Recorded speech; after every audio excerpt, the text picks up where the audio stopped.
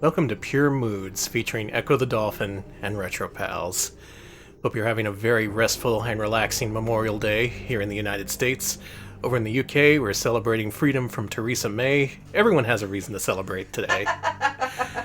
Thanks to Comma Chameleon for the 6-month sub. Yes, thank you. I wouldn't say our Sega CD streams are great, but they are comprehensive.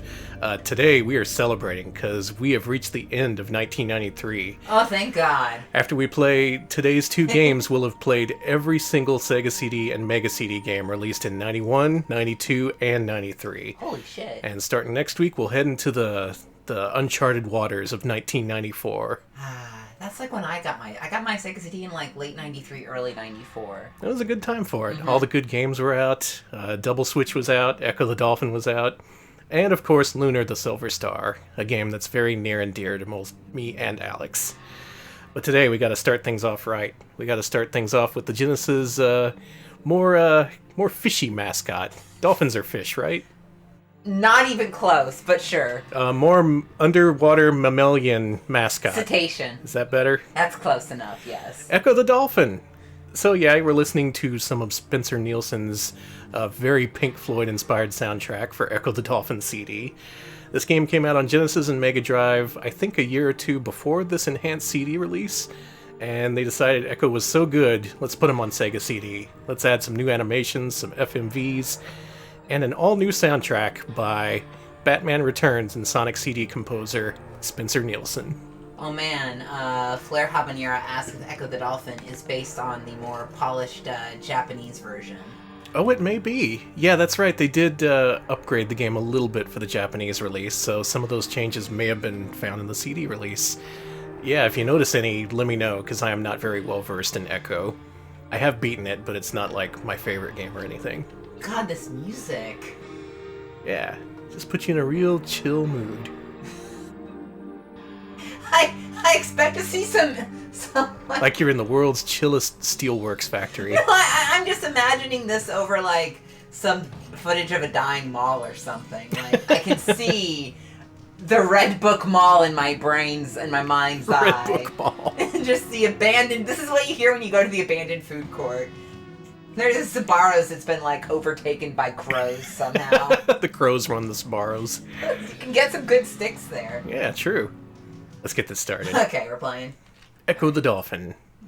The first of 2 Ecco games for Sega CD.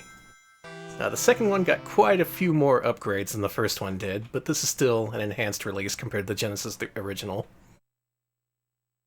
We're going to see some exclusive Dolphin CG here in a second. But first, the regular Genesis intro. Made more mysterious by the new soundtrack.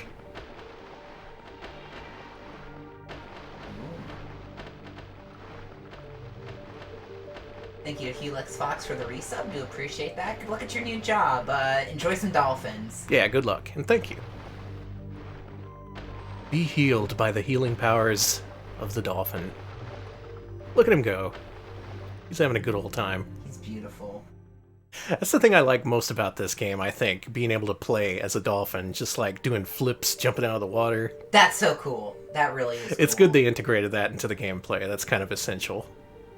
There he is, our dolphin friend with stars on his forehead. That means he's special. It does. He's a very special dolphin friend. It's exclusive to the Sega CD version. Oh shit, is that an intro? Is a new intro, yeah. Turn it up. Yeah, our big wet friend, Deco. That's his tagline.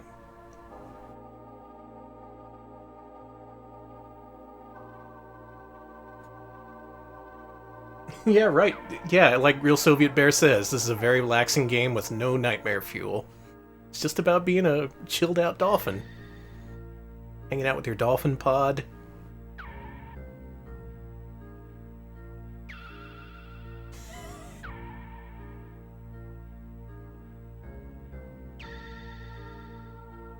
There are no tuna nets in this game. Thank you, Krungo. You should be fighting humans in these games. Look at this, exclusive animation. Whoa, that's cool. I also agree. Also, this shouldn't be about dolphins, it should be about orcas. That's just my 2 cents. There are orcas in this game.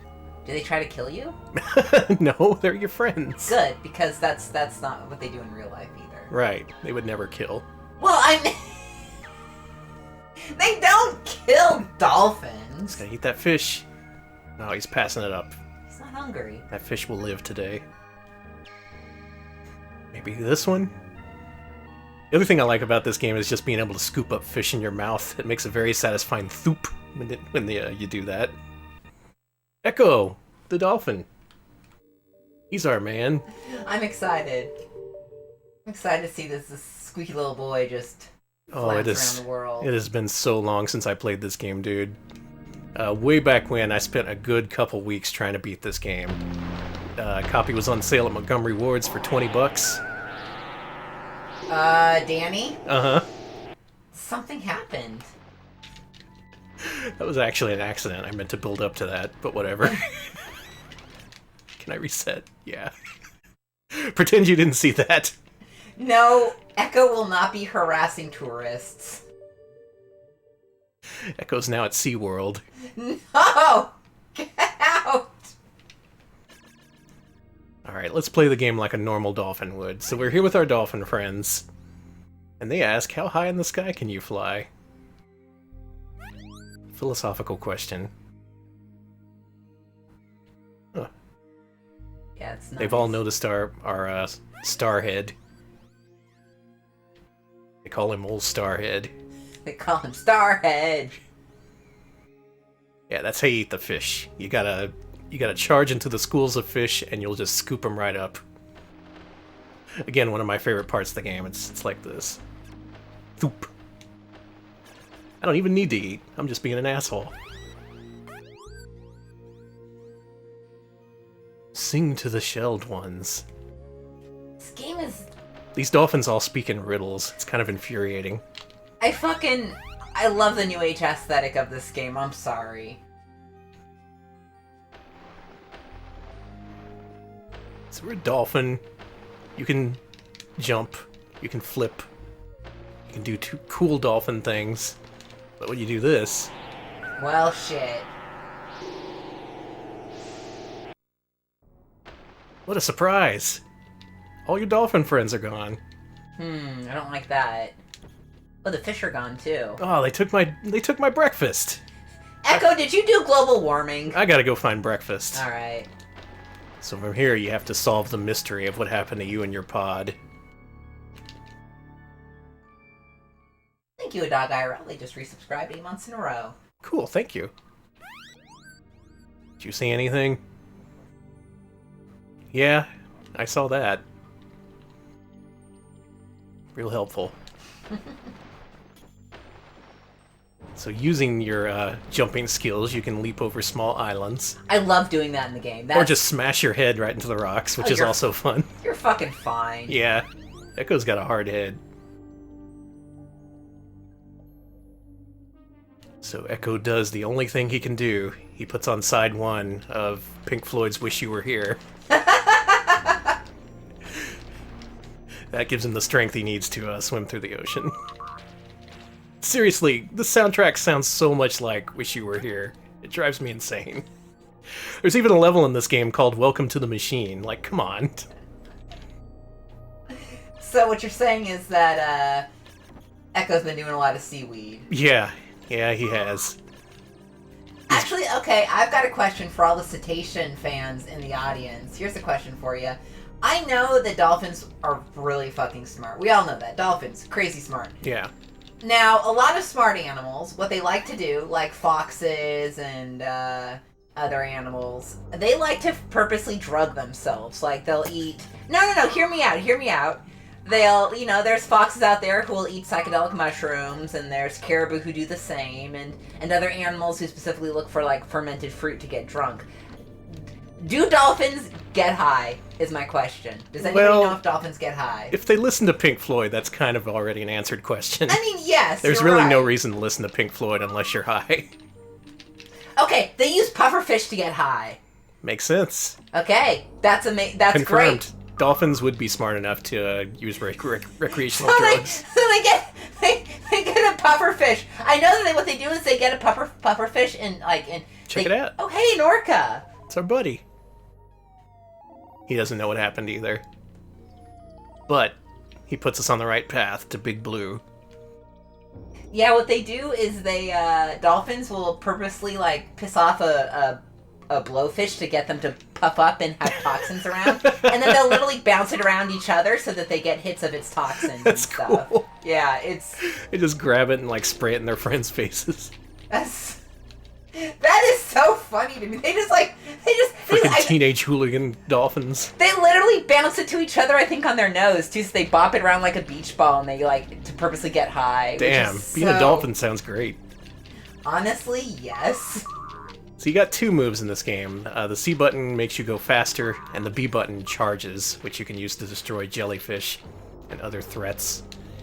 What I did is I went to the underground to get a key to the glyph. Once you get that, you can just sing at this thing and it goes away. And that's the Ecco gameplay for you. You gotta explore every level, try to unlock the exit, and then you exit. It's not always so simple, though. So who remembers this game, and more to the point, who was terrified by this game? Wow, me! This game is pretty terrifying, especially later on. Like, Jesus Christ. It starts off looking like this laid-back dolphin game, and then you play it and you get insanely frustrated because it's incredibly hard.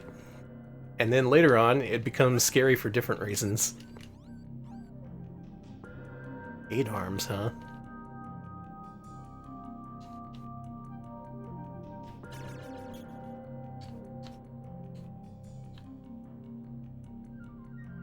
Like, I guess my problem with this game was it was too hard for me. And it's really difficult, too. It's kind of, like, incongruous, you know? You see this game with colorful underwater environments and a cool dolphin. You wouldn't expect it to take the direction that it does. Bless you. Thank you.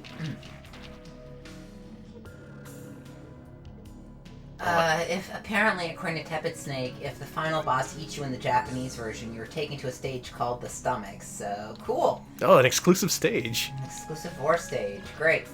Here's how I was personally traumatized by Ecco the Dolphin. The only way I could get to the last boss was by cheating. So what I did is I entered a level select code back when I rented the game. And I got all the way to the last boss, which killed me almost immediately. So I decided to enter the invincibility code. And when you get eaten by the final boss and you're invincible, you don't die. Instead, the screen turns black and red, and it's really horrifying. It's the most terrifying thing I'd ever seen. I just realized you're going after pufferfish there. Yep, uh-huh. You're getting high. Level 2 already. Ecco's getting high. Well, listen to the music that's playing. He's like, listen, I gotta be at least this high before I leave the house. He's like, look, man, Roger Waters. Waters? Like the water we're living in? Anyway, past the pufferfish.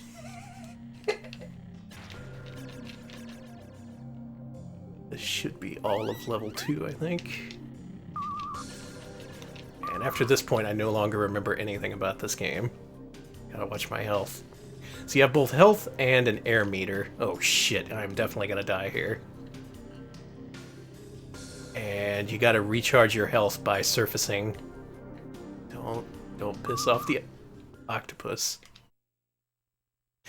Now I think, yeah, this one actually has checkpoints, so you don't have to start each level over when you die. They actually all have mid-level checkpoints, at least one.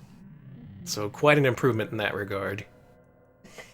Do you think that Ecco doesn't like to get high off the pufferfish, and he's like, has his own, like, Just Say No campaign?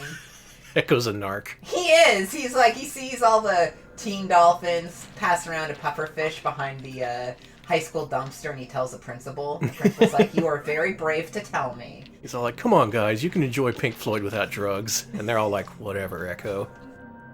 One of them's like, no, literally, you can't. Oh good, other people in chat had also experienced that glitch too. So. It's horrible. Yeah, and it's the only way you can get there, because the game's really hard. But if you get there, you're rewarded with one of the most terrifying things you've ever seen in a video game. Sweet. The D in Dare stands for dolphin. Exactly. Dolphin, something resistance education. Dolphins against really cool ecstasy. I don't know. I don't know what dolphins like to get high off of other than pufferfish. Yeah, it's E. It's E. Pufferfish are just filled with E. Mm-hmm. That's why, like, when you eat pufferfish sushi, they have to take such care making it, because if they accidentally cut it the wrong way, you will be blazed out of your mind, and a pacifier will appear in your mouth. You'll get like a candy necklace. You will turn into a glow stick. 90s EDM starts playing, and then you get the Cat in the Hat hat. It's fucking awful. That's when you know the transformation's complete. Mm-hmm.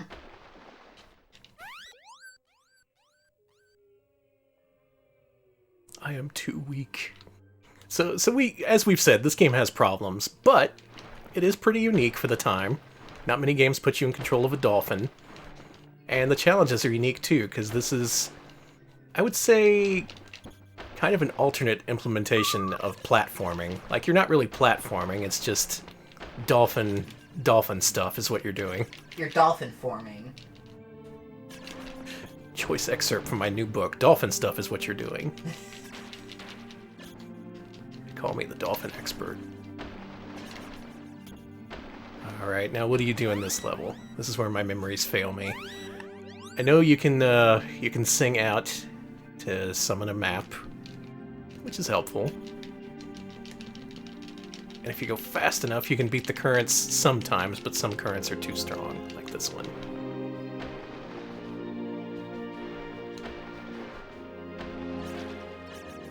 Oh, that blowfish E is kicking in, man. Oh, look. Oh, my God. I do like that I really did like how when I was playing this game, how you could use your Echo to, like, bring up a map. Mm-hmm. That's cool. Just like real dolphins. All dolphins are equipped with a mini-map and location technology. Mm. They call them nature's GPS. How do I get in the dang crevice? There's a dolphin trap down there. It needs help. Free the dolphin. Free the dolphin. How about if I just have fun?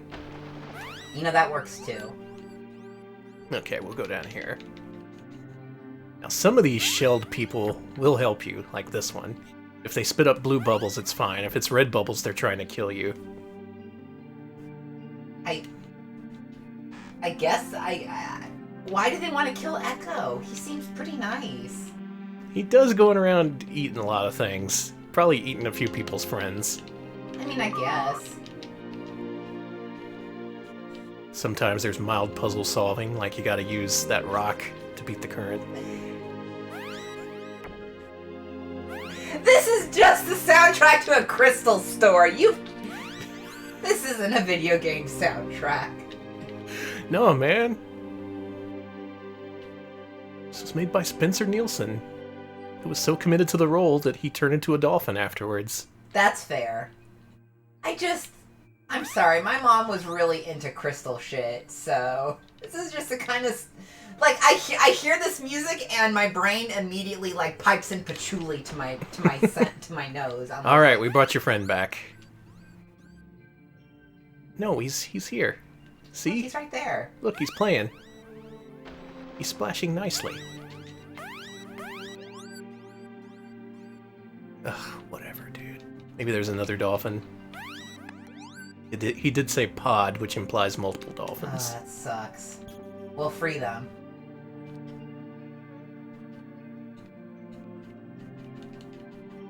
Let's see, chat says Mark Echo and the Bunny Man.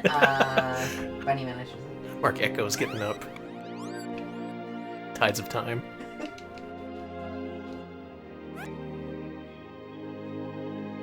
Let's see. Teeter says there's 2 more dolphins you need to collect. Oh, man. Okay. Ow! Back in the hole. It's hard to stay pissed off. Just listen to this music. Practically turning into a dolphin live on stream. Listen, all I know about dolphins is that they're not as cool as orcas. Sorry, dolphins. But unlike orcas, they're very, very easy to see in Texas. Yeah. You can see, like, bottlenose dolphins in the wild, like, on the coast really easily.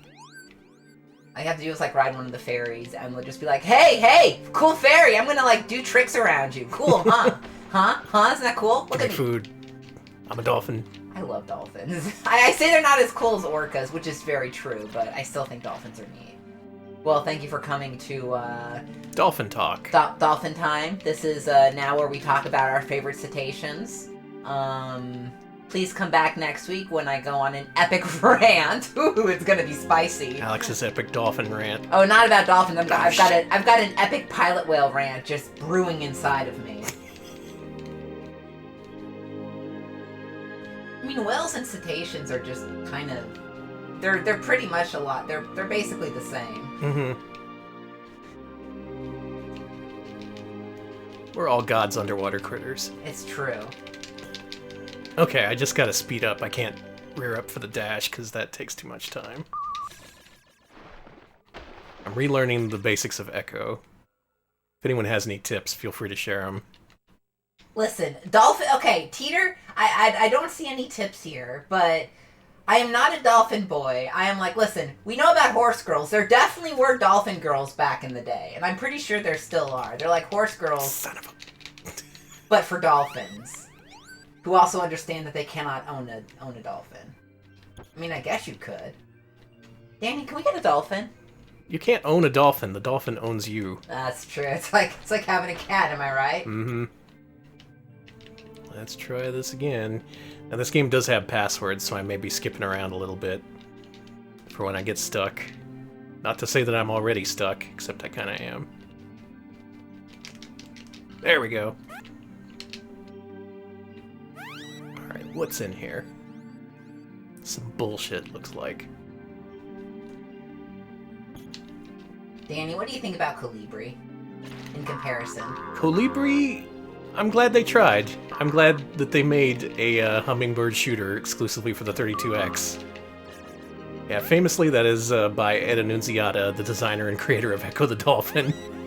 He makes many games based on wildlife in video game format. Sorry, this is what's playing while my mom is going through the homeopathic medicine aisle, and I am bored to death looking at all the books about psychic powers. I'm just like, man, I'm glad this place has nice bubble bath and nice beef jerky. That's not true, it wasn't beef jerky, it was really nice licorice. Mm. It's actually how my mom got me to go to that store with her. She's like, listen, I'll get you some of that nice licorice if you go with me. And I'm like, hell yes, I am 9 years old and I love black licorice. I am a monster child. You sure are. Okay, we found the second dolphin. Let's lead him to safely. To safety. It's Memorial Day. I don't have to talk well. Listen, I am remembering the dolphins. And it's Memorial Day, and I'm remembering, you know, going to New Age crystal stores back in the day. Mm-hmm. It's all part of the same subject. Dolphins touch us all, truly. Mm-hmm. They are truly beautiful creatures. They're called nature's friend. You're gonna say nature's candy. They are nature's candy. Delicious. Oh, hot discourse about black licorice. Oh, man. Yeah, that stuff's pretty divisive. Personally, I can't stand it. I love it, but... Alex loves it like nothing else. But since I don't eat gluten anymore for stomach reasons, I can't have a lot of licorice, and it sucks. Alright, 2 dolphins down. We got 1 more to go. Anyone seen any dolphins? No. Well, maybe. That's true. I love star anise. Star anise is just... You give me that nasty, nasty herb that makes my mouth taste weird.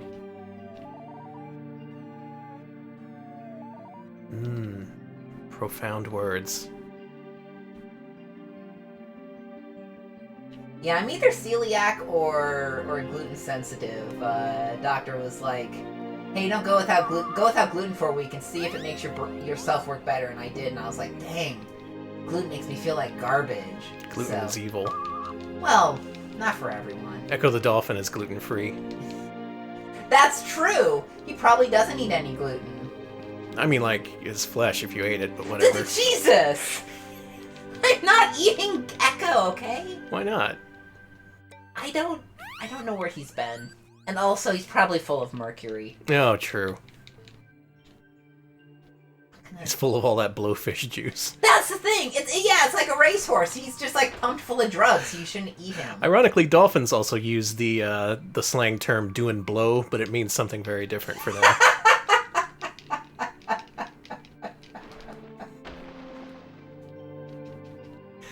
I did this. Where's that other freaking third dolphin? I'm getting lost in the underground caves here. Hey, I'm dolphining here. Can I say something cursed from chat? Sure. Lab says, take a bite out of Echo's head and spit out all the stars like watermelon seeds. Yeah, this is also where I stopped in Ecco. Yeah, people don't tend to get very far in Ecco because it's a very difficult and kind of demanding game, despite the aesthetic. That's really been the sole contradiction point of Ecco, you know? Because it seems like this relaxing game, and then if you play it for at least half an hour, you will get frustrated beyond belief. But if you stick with it, it's pretty fun. It is a very satisfying action game. The one thing that I will say is shit in this game, and shouldn't be in there at all, is the fact that if you die at the last boss, it takes you to the second to last level, which is a 7-minute auto-scroller. So that's the ultimate punish for failing at the final boss. Just, hey, you have to do this bullshit again that sucks. That fucking sucks. Let me up. I'm Ecco. Well, I don't know if I'm ever gonna find this last dolphin. Maybe it doesn't exist. It doesn't. There is no real dolphin. The other dolphin is just disillusioned. Chat is asking if you could show the scary glitch. Should I? Do you wanna? I don't know.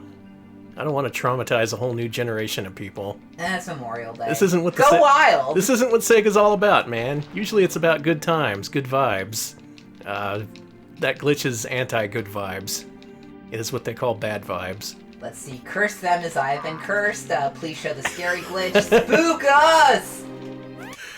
All right. And the third dolphin is either copy protection or the friends we made along the way. This is like an official copy. I don't think this. It is. This is a pack-in disc that came with the Sega Classics 5-in-1 disc for some models of Sega CD.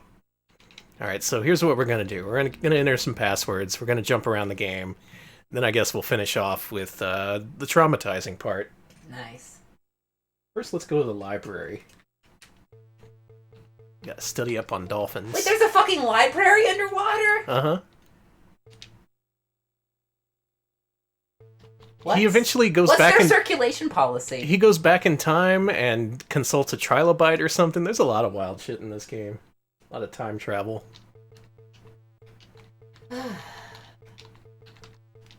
Because I know that cetaceans can talk to one another, you know, like in real life. Mm-hmm. There's rumors that a bunch of orcas that are like knocking over fishing ships, I want to say, somewhere up north. Oh yeah, we're in the past now. This is Atlantis. Oh shit, okay. Okay, that makes more sense. Oh shit, it's a fucking shark! Yeah, there are rumors that orcas are knocking over fishing ships to grab their fish, but that they learned it from other whales who are doing the same thing, either sperm whales or humpback whales or something. These guys are a bad influence. Honestly, I think it rules. So this is where you find out the story, the lore.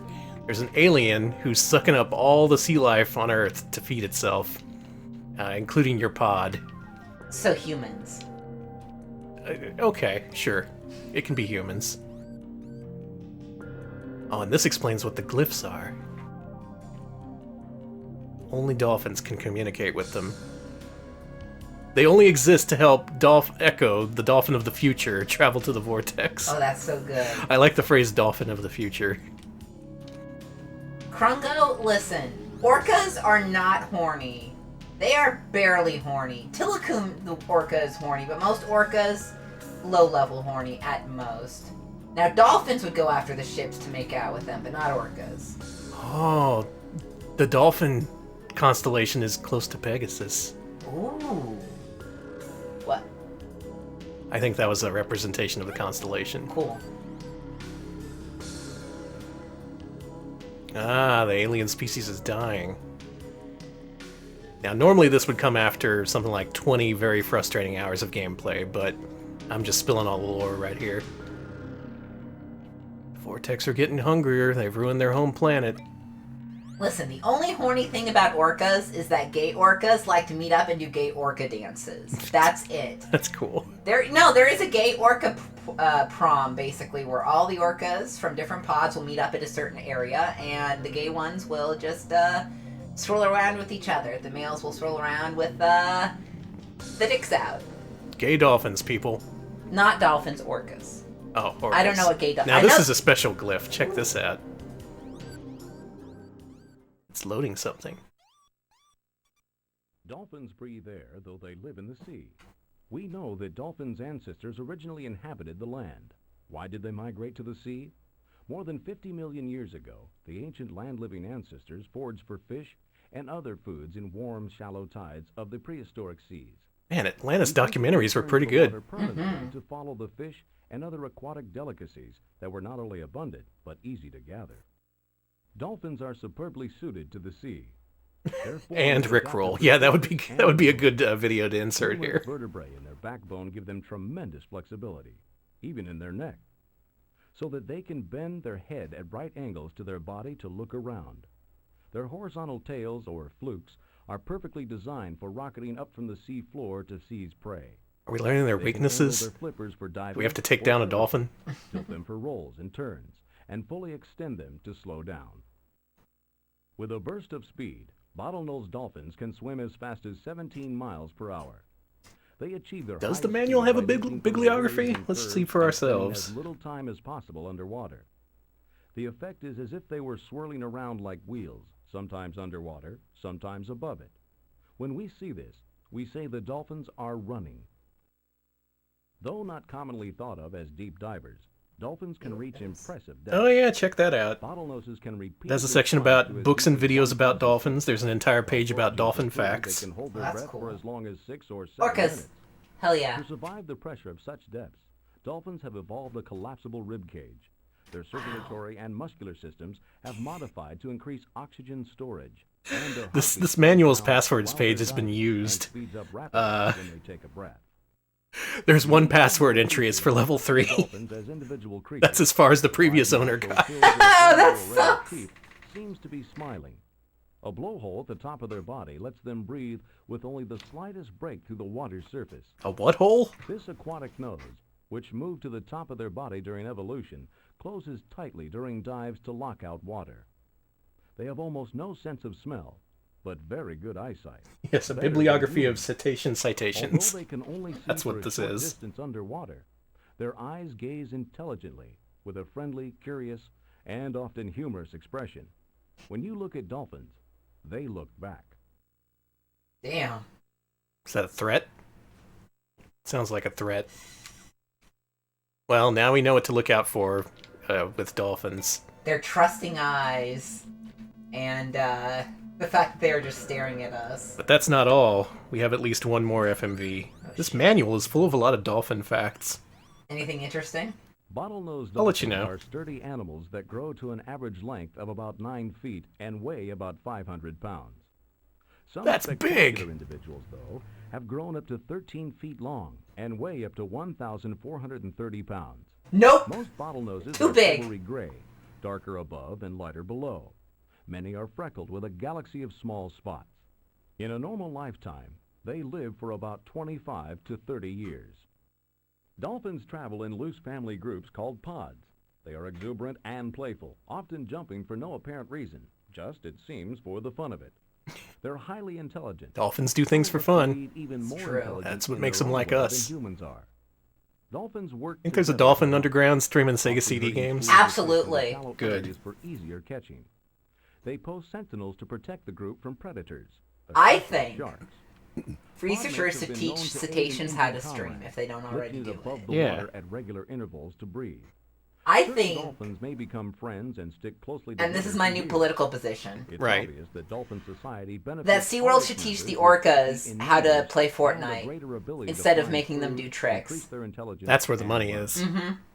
Dolphins I think are it's noisy. a They good communicate enrichment nonstop program that's with better squawks, than, flaps, SeaWorld may not be around in barks, 5 honks, years. hoots, Fortnite? claps, and whistles. Fortnite's Up to forever. 1,000 separate sounds per second in what we believe may They be should a also type of stream to language. other whales. Mothers and calves keep in constant vocal touch and can pick out each other's sound even though dozens of dolphins are whistling and chirping all around them.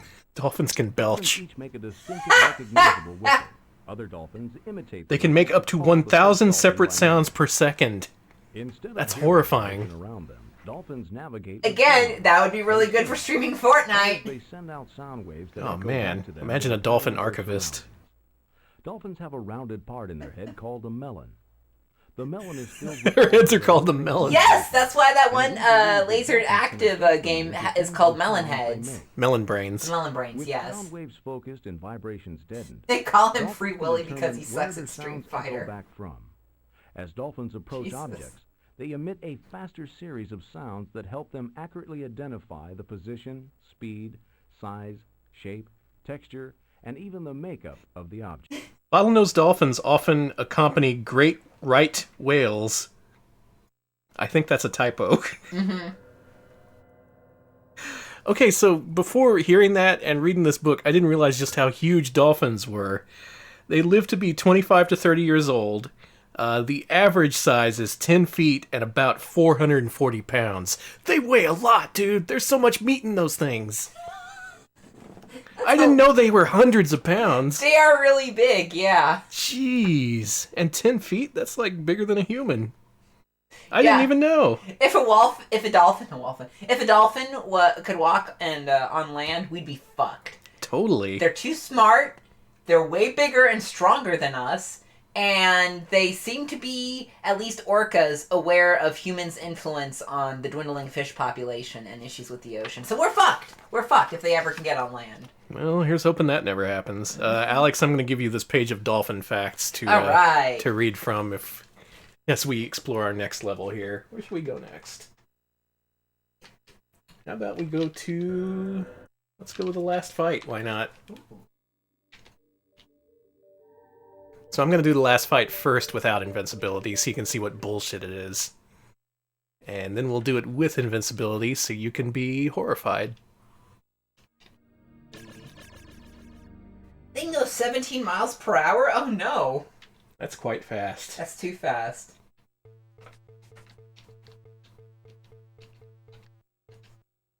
Bottlenose dolphins can ram large sharks hard enough to push them out of the water. Jeez.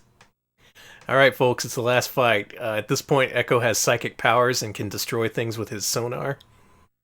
And we've entered the alien mother's chamber, Ah! where you're instantly killed and you have to go back to the previous level. So check out Welcome to the Machine, by far the worst level in Ecco the Dolphin. Again, this is a 6 to 7 minute auto-scroller. It scrolls unpredictably and is designed to get you trapped so that you instantly die and have to repeat the thing over again. Hey, this is really scary. I've never seen this before. Yeah, this is the second to last and most tense level of Ecco the Dolphin. And really, just dying to the final boss in 3 seconds is the most demoralizing thing. Yep, this isn't based on the Japanese release. Oh, it's not? Okay. No, so it is harder. Damn. I guess the Japanese release of the cartridge version made things a little bit easier. Did they not throw you back to this level or something? I don't know. What was the difference between this level and the Japanese release and the American one? If y'all know, chat. Maybe Mega Drive cartridge is the definitive way to play this. Okay, this is a good dolphin fact. In an aquarium, a dolphin watched a human diver cleaning the viewing window. The dolphin then copied the diver using a seagull feather held in its beak as a scraper. The bottlenose was so efficient and conscientious at the task that the human worker was never called on again. Whoa. A dolphin took a human's job! Oh my god. People worried about androids taking our jobs? No, it's the dolphins you gotta look out for. Shit. You see what I mean about the screen just randomly shifting? It went from right to upper right to lower left just to try and trick you. And again, if you get hung up on the scenery, that's an instant death.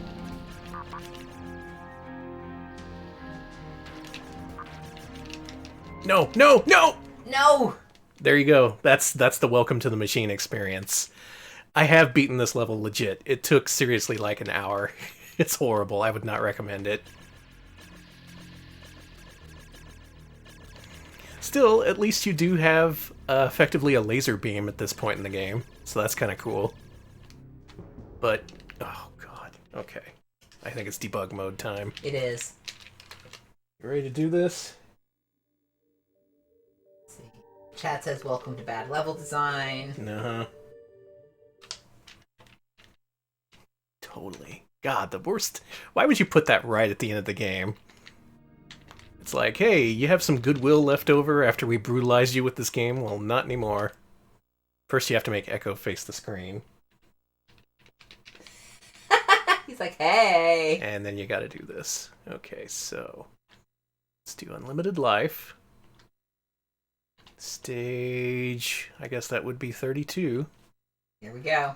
Alright, folks. Now's your time to tune out of the stream if you don't want to see something that can't be unseen. In fact, I've never seen this on the Sega CD version, so I don't know if it'll be any different from the Genesis one.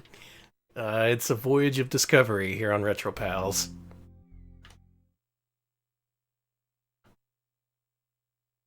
May God help us all.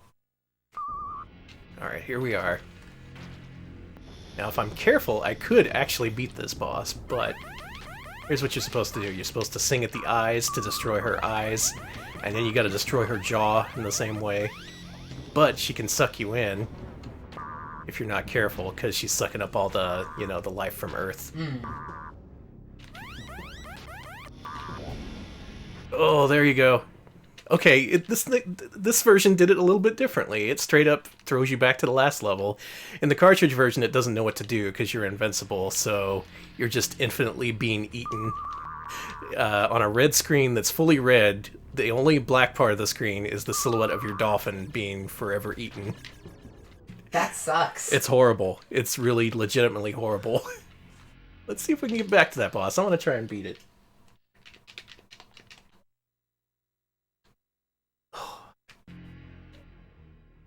I'm just harping on the bad parts of this game, but that's just because it leaves such a nasty taste in your mouth after you beat it. Otherwise, I'd say this is a fairly unique game that is worth checking out.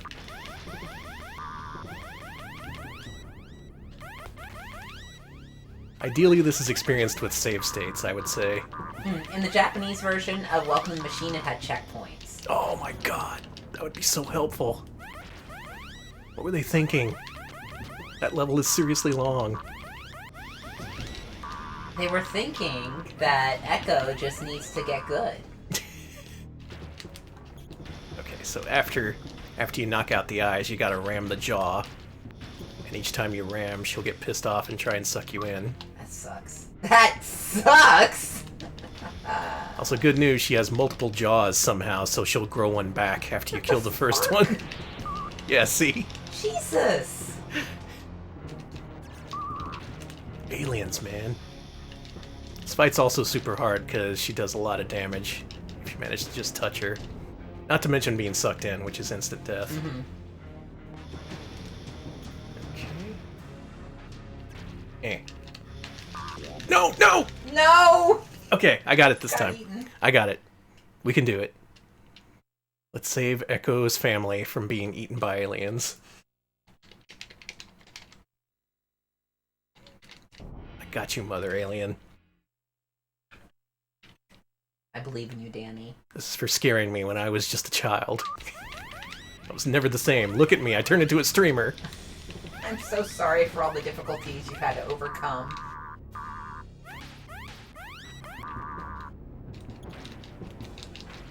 It didn't have to be like this, Echo.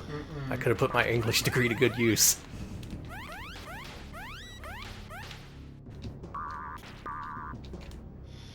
Shit, shit, shit, shit! No, Okay. no, no, you're doing good. Get the fuck away from me. It's trying to back you into a corner. Yeah, I know.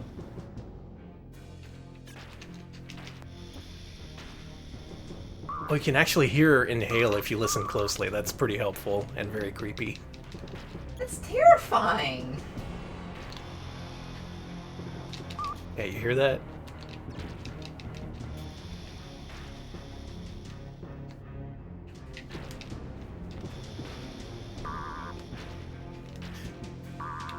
So I have a dolphin. Oh, good job. I've Thank got you. one more dolphin fun fact. It's about, remember what I said about the dolphin in the aquarium? Uh-huh. Well, there are dolphins at SeaWorld who have been trained to clean up their tanks, and other aquariums as well, by bringing seagulls that have fallen into the, seagulls or trash that have fallen into the tank, and bringing them to the trainers in the morning. Mm-hmm.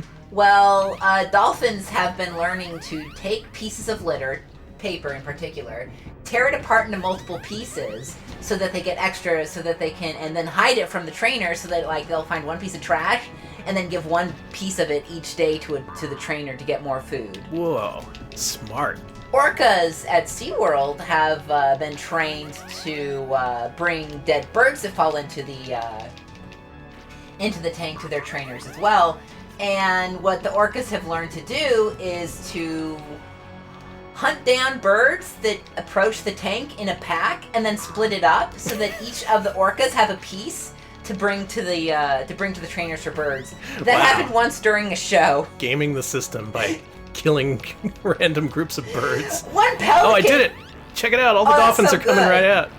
I did it. I beat the game by cheating and being invincible. But still, I'm proud of you, and I'm proud of Echo. I'm proud of everyone. Me too. Hey, you're free. Good work, dolphin friends. Yeah, don't teach orcas that it's good to bring in dead things, because they will kill things to get their goals. Because they like to hunt too, and they're bored, so they're gonna, they don't understand the concept of, like, keeping a professional during a live show. They will hunt during the live show. How do you teach an orca the show must go on, but not if it means, killing live animals? There's a video of it happening on YouTube, and I don't want to recommend it because it's like, you can, it's a bunch of orcas hunting a bird, but it's really funny to see the trainer just, It is like, just nature. Animals are gonna do what comes natural, but still. It happened when they brought up, like, a guest to, like, meet the orcas, and the trainer is just, you can see the trainer just put his head in his hands like, fuck, and they have to call the show. They have to call the show early. Thanks for the GGs and you did it. Yes. No thanks to all the dolphins out there. Mm-hmm. That was all me, baby. Aw, we're gonna sing of you forever. But this was not the end of Echo's adventures. There was, of course, Echo 2, Tides of Time, here on Sega CD. Mm-hmm. And then he made the jump to Sega Dreamcast with Echo Defender of the Future. And there was almost a sequel to that game, but it didn't quite make it out. We did play the Dreamcast prototype Echo 2 several months ago. Oh, Thank those you. aliens aren't destroyed. Oh, thank you, Bad Coffee, for the sub. Nice, thank We you. appreciate it. Oh, wow. Apparently the PC version of the game redrew the sprites and added a save feature. Huh. Save feature's pretty nice. It's actually really nice. Come to think of it, I don't know why this version doesn't save your game. It makes you use passwords still. Whatever. If it wasn't for passwords, we wouldn't be looking at the ending right now. Mhm. Ed Ettore Annunziata. Is he Italian? I'm sorry if you're watching this, Ed, but Never really thought of that. I guess he must be with that I name. don't know. I'm not gonna get. Anyway, he made Echo. He created Mr. Bones, Tiny Tank. Yeah, had quite a career, this guy. He recently released a Switch game, I believe. I can't quite recall the name, but it came out in the last couple weeks. Great art. The art was great. Let's be honest. That's pretty good. Danny, what do you think about Echo Junior? Echo Jr. is a game for kids. You don't say. I don't know much about it. There's our man Spencer Nielsen. Guy who composed Swing Time for Spider-Man. All the Sonic CD tracks. Had to bring in a guy just for the Pink Floyd synthesizer. And it wasn't even Roger Waters. He's not the synthesizer guy, whatever. Thank you, Madison Music Group, for the beautiful whale sounds.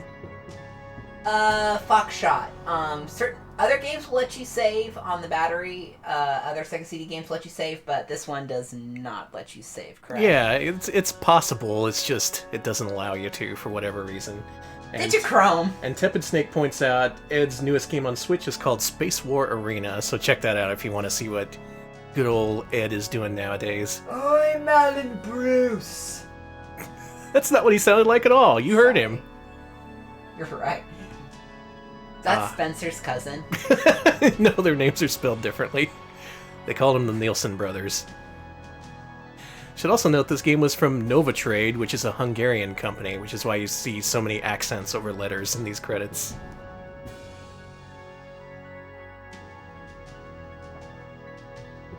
Before this, there was some kind of thing they were doing, like they were set up by the Hungarian government or something like that. Echo. Thanks for playing Echo, Echo, Echo.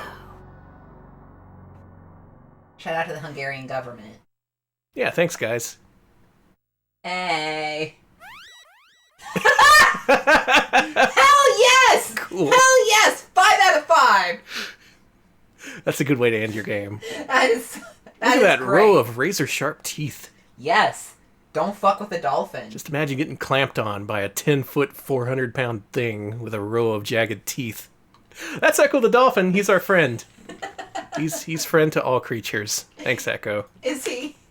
Well, don't get on his bad side. Do my best. Alright, that's it. We have done every game from 91, 92, and 93, except for one game, and that is the game that me and Alex most closely associate with the Sega CD. Both me and Alex owned this game when we were kids. It was one of our favorites, and we're going to play it right now. Lunar, the Silver Star, from Working Designs. Actually going to be playing Alex's original copy of this game, which he still has. Yes, I got this as a child. Let's see, God, I forget how old I was. 9, 10, 11. Oh, this thing is scratched to hell. It sure fucking is. It may not even work. Hope it does. Let's find out. Alex, being a man of taste, also has the strategy guide for the game, so I'm going to be reading selections from that while he plays. Also, you're playing this, Alex. My mom got me the strategy guide because it was cheaper than calling the hotline. That's right, the Working Designs hotline. I only need to call it once. I mentioned before when we played through Popful Mail, I couldn't figure out a part where you needed to drop down through a stairway. And they did actually have that on their hotline, so I guess it was a common issue. Mm-hmm. I actually talked to the representatives a few times, too. Oh, neat. Yeah, they were like... Oh, but first we gotta watch the intro. Yes, we fucking do. This is important. Mm-hmm. I'm glad you clipped the beep. That happy echo beep. Oh man, this strategy guide. It's probably in shit shape.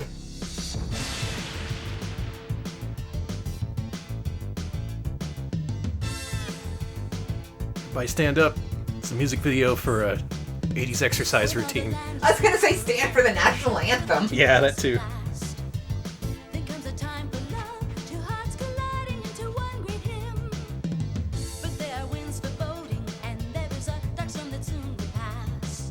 This gets me so fucking pumped.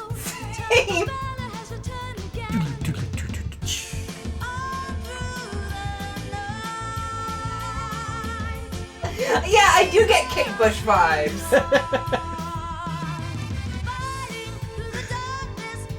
A Working Designs game with ableist slurs? I've never heard of such a thing.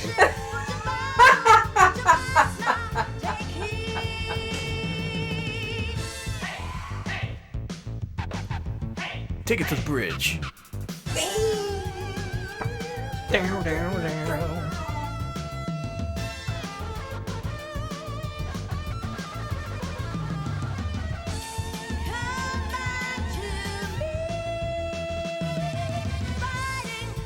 Hell yeah. Hell yeah, look at those orbs. And they're flying towards the power that enslaves them. A very interesting use of imagery to illustrate. And indeed, we are not done.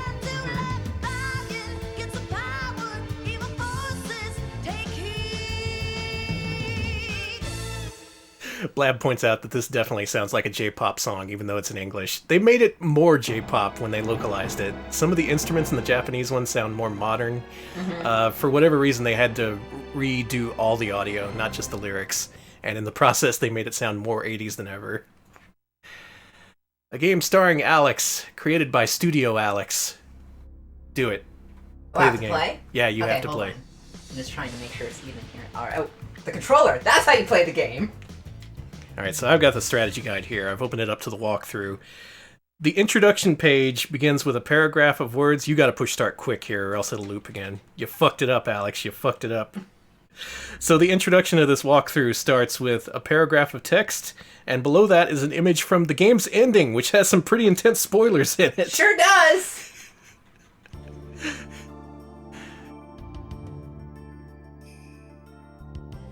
Whoop, here it is. Yep! Reads the strategy guide. The mother of all walkthroughs, teeming with massive maps of every major location and pictures that walk you through the game from start to finish. Please note we did not use a crappy fictional writing style like you find in so many other hint books. Can you imagine this chapter written in flowery third-person prose? Luna emerged slowly from the bushes, her eyes moist and glistening, her hair flowing in the light breeze. Blech! No, sir, we take that hint book thing seriously, so we've kept it simple. Null's here. Alex, I've been looking all over for you. Null's my first Persona IMHO. Null's good. Listen, I know you really look up to Dragon Master Dine, but this is ridiculous. If Dine were still alive today, I'm sure he'd tell you to stop dreaming about his exciting quest, get off your butt, and set out on your own fantastic adventures. I know you have the courage to be a great hero, just like Dine. So what's holding you back? It's not a flying mongoose. Take that back, he will get pissed. At this point in the story, we're not really quite sure what Null is, but that becomes obvious by the end. I didn't even finish reading that paragraph. Keep reading. So it says it's making fun of other strategy guides and saying, Blech! No sir, we take this hint book thing seriously, so we've kept it simple and just given you the bitchin' maps and pictures that you crave. Hey, Ramus is here!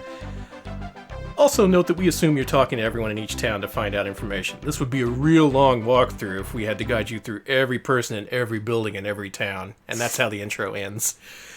Yeah, so great intro. First talking shit on other strategy guides, and then saying that you're just going to give us bitchin' maps.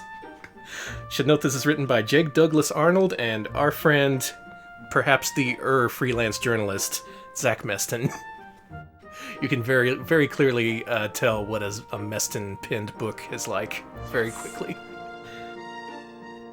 Okay, so plot of the story is that Alex, the protagonist here, is obsessed with Dragon Master Dine.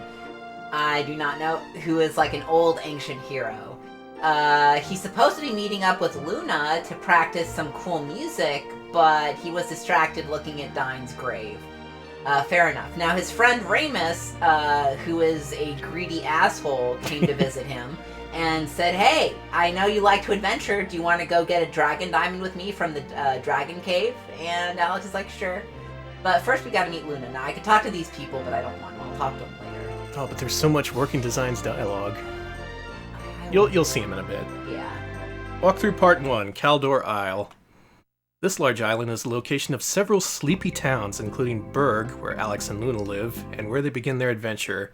Shrines are plentiful, and the wandering monsters are wimpy.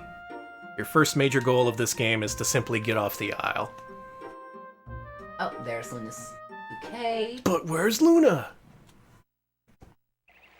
I love this game. Good morning, Alex. You're late again. Did Ramus ever find you? You know, he seemed really anxious to track you down. The game is pre-recorded, we are But not. then he's probably hatching another harebrained scheme. I wish this game was live. Let's just practice our song for the festival. La, la, la, la, la, la, la, la, la.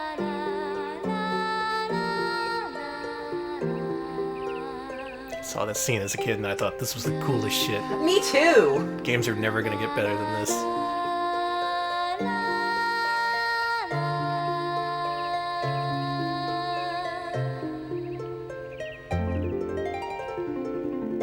Yeah, Alex looks pissed.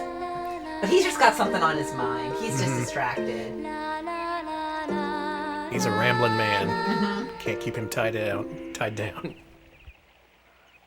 What happened? Alex? Your harp. You're playing so strange. Is something bothering you? You can tell me. Alex, please tell me what's wrong. Billy Mays says, Lo-fi hip-hop radio beats to relax study to with their subscription. Thank you. Thank you. Well, Luna's like, you're playing like shit. What's up? And then he's like, yeah, I want to go visit the Dragon Cave. So at least Luna's in this version, Alex is a silent protagonist. He says exactly one sentence in the game later on, and that's it.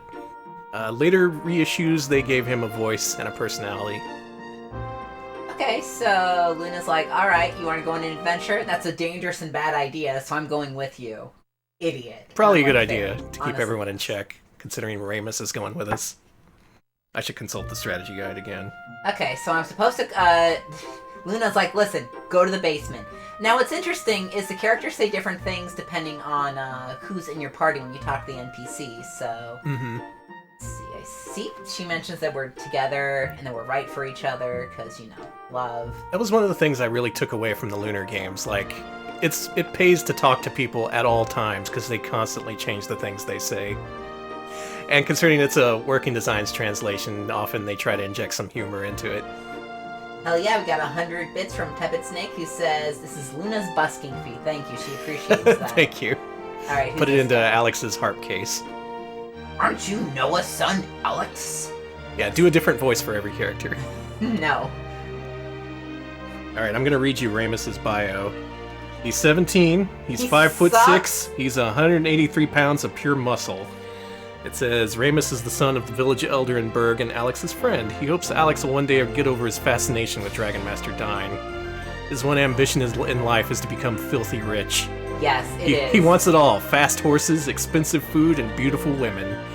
It's Ramus's craving for fame and fortune that starts your adventure.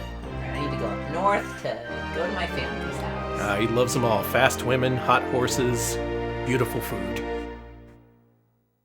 Okay, I'm home. I'm not going to tell my parents what I'm doing, because I think they'd be upset with me. Yeah, just go raid the basement. Yeah, let's go. Apparently I can't get into it because I need a key. Nall pulling his best. He's pulling his best Rob Schneider impression now. Hello? Key anybody?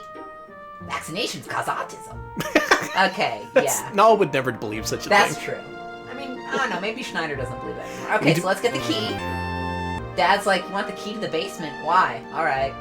So you go to the basement, and you open the chest, and inside is... an old sword, and some dirty clothes. Now, Rob Schneider is relevant to our stream. You'll find out on Wednesday. I forget the... There we go. There's a menu button. So yeah, this is an RPG. Way back when, I was expecting the Sega CD's version of Final Fantasy or Dragon Quest. And you know what? I was not disappointed. This is a really good game. This is easily on par with Square's best at the time. Hey Mom, picking up a Dragon Diamond.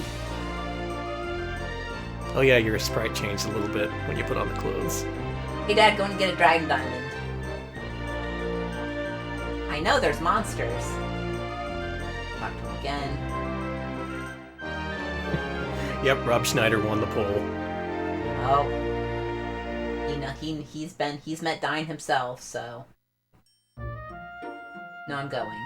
Is the PSP version not well liked? Yeah, this, like I mentioned, this game was remade several times. First for Sega Saturn and PS1, and then revamped again for the Game Boy Advance, courtesy of Ubisoft, and then revamped yet again for PSP, and so far that's the latest re-release. Thing is, you can actually look into everyone's, this is Ramus's family's house, and, you can actually rummage through these people's houses. Sometimes they get pissed at you if you do it. It's kind of nice. Mm-hmm. Grumble, grumble. Yes, I do. Nall gets mad too. Well, Nall should get over himself. Where is Ramus? Well, PSP restarts the music every time you get into a fight. That sucks. That's bullshit. Well, Dad hates Ramus. I hate Ramus. He's a fat kid with a trash can lid. Come on. Listen, I thought that... Okay, I was actually looking for the trash can lid to pick up for myself, but I can't find it. No, so it's in his inventory, I believe. Okay, well, I'm out of here. He's over at the entrance to town. There's some shops you can go into, blah, blah, blah, blah, blah, blah, blah. Let's go on the adventure. Let's go. She's okay too, I guess. So here's the thing. Luna has healing spells. You want her in your party. Yeah. You're kind of screwed without her. Alright, Alex, you remember how to get to the Dragon's Cave? Yes, it's down and to the right? Oh, they redesigned the battle system as well. Yeah, this game's battle system was pretty unique at the time because you can actually position yourself on the battlefield, and you have to actually move around, and the enemies do too. Positioning plays a big role in it. Where's the cave? How could I forget? Did you already... You've forgotten where the cave is. I'm finding random houses. Okay, I've obviously gone too far. Let's go this way. Alex is reacquainting himself with the world of Lunar. It's been years. Come on. Okay, is it north or south?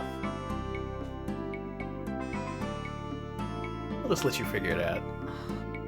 It's not that far. Hey, I'll tell you what I like. It's those little shrines that are on the overworld map. If you talk to them, you get all your health back. Pretty nice. Something interesting in this game is you can actually talk to Null during battles, and he gives you battle advice. So I'm just gonna go AI with these guys because there's not much you need to do.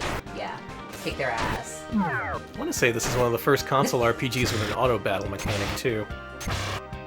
It's pretty nice if you're grinding. You just let It's super nice. them take charge. So you're seeing a little bit of how the combat works. People mention it's a little bit like Grandia. Yeah, in each turn, your characters both move and attack.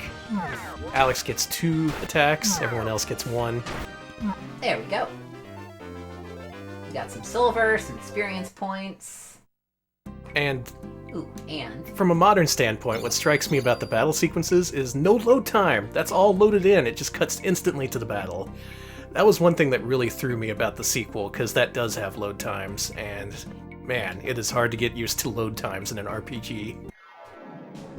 But here, they knew you'd be fighting a lot, so why downtime? Just throw them right into it. Here, so I'm going to be very strategic. I have no magic, but can she have healing? Good luck. Whiskey Tango Foxtrot says DQ4, Dragon Quest 4, kind of had auto battle, but only for your party mates, not your main character. That's kind of similar, I guess. Helix Fox points out that you will often see Luna's portrait on RPG forums. Yes. Yeah, a lot of people want to be Luna. She's pretty cool. She's alright. So in addition to attacks, you also have the option to flee, which will not run away from the battle, instead it'll just take you further away from the enemies. Oh man, we're actually doing it. We're streaming Lunar. Watch out for those apes. Good idea. I'll fight these guys. Actually, no, I'm not. Oh, that's right. Mother 1 definitely had auto battle. You're right, Blab. Yeah, that was several years before this. That's the cave, right? Yeah. Okay, here's That's a the shrine. It's a religious shrine. Like, oh, we love the goddess of beauty and love. What are you doing here? Well, you can rest or you can donate money. They really like your money in this game. Does donating do anything? I don't remember. Someone in chat may remember, but Let me look up the strategy guide. a lot of this game is a criticism of the Catholic Church. I don't know how else to put it. Yeah, kinda. Mm-hmm. The way they worship the dragons and all. Oh, you may want to save. Oh, yeah. Also in a way that, like, they're always asking for money? It's weird. Anyways, let's, Null's where you can save. You can go here, save. And you can save anywhere. How about that? So you go to the cave, and oh, there's some ice here. How do we get past a ball of ice? Fucking ring? What ring? Oh, he left it back at his dang house. So let's go back. So let's traipse all the way back to the dang house. You can actually skip this step if you examine the shelves with Ramus in your party. He's like, oh yeah, my ring. I should have done that. Oh well. So I like that it gives you multiple approaches to like these side quests. Yeah, I think I'll kill these bugs. And yeah, Square lost the source code to Final Fantasy VIII, which is why it's taken so long to port it to modern systems. Shit bugs. I know, Deek Deek, a Game Arts RPG critical of religion? Weird.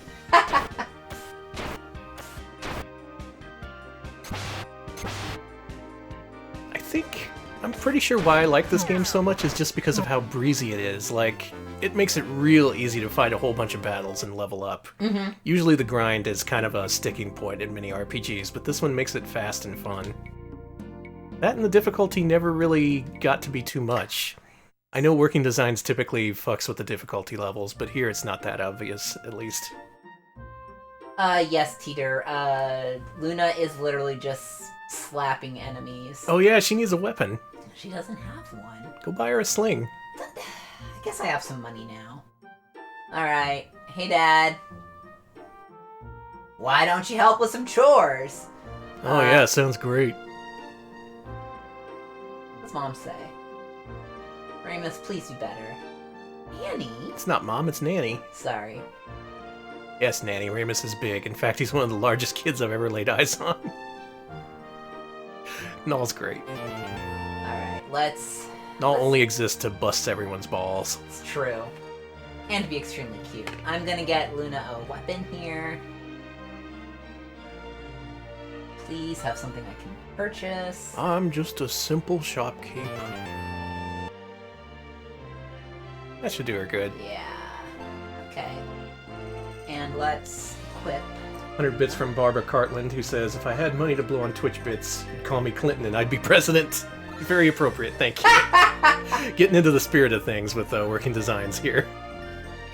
Yeah, this game references everything from Bill Clinton to Wheaties, and there's a whole bunch of text in this I game. guess I can't equip that. Is Remus... Hold on, let me make sure Remus has something to actually... Okay, so he does have something to attack people with. Okay, I'm gonna go to the next door, see if there's anything else we can use, and then I'm heading back to the cave. Alright, we got... Ooh, heavy... Oh, I can't afford Oh, I that. forgot this. In the back, there's a big interview with Victor Island, and there's lots of good pull quotes from here. Like, Final Fantasy looks great, but the writing sucks. I wonder what it could have been with a good writer. Wow! Apparently for this game, they did the translation in about 8 weeks, but we were working like dogs, quote. The text in this game is 4 megabytes. That is 32 megabits. The largest Sega Genesis games are 32 megabits, and that is just all text.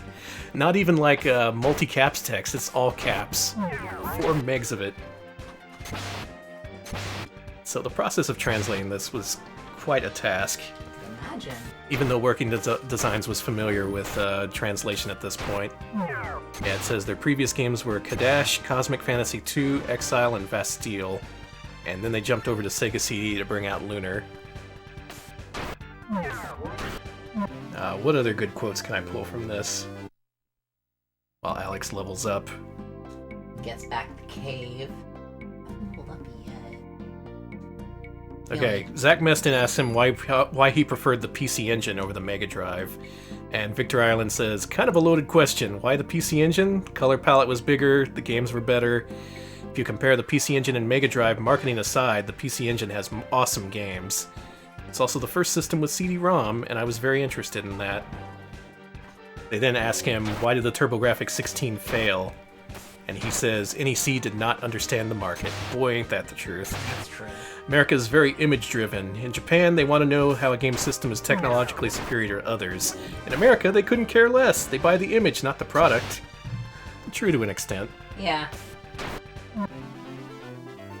Hey, I got herbs. Yay! I gained a level. Thank Hey, you. you leveled. Alright. Yeah, so I just ran into more monkeys. God damn it. you can say a lot of shit about Victor Island, but he was pretty hardcore. He was big on the PC Engine long before us hipsters latched onto it. Oh man, he's talking about the arcade card. Cool. They say it's been announced in Japan, not in the US. The games with the arcade card are awesome. World Heroes 2 looks like a carbon copy of the Neo Geo version. Is the rest of this just about the arcade card? Stay on topic, Vic.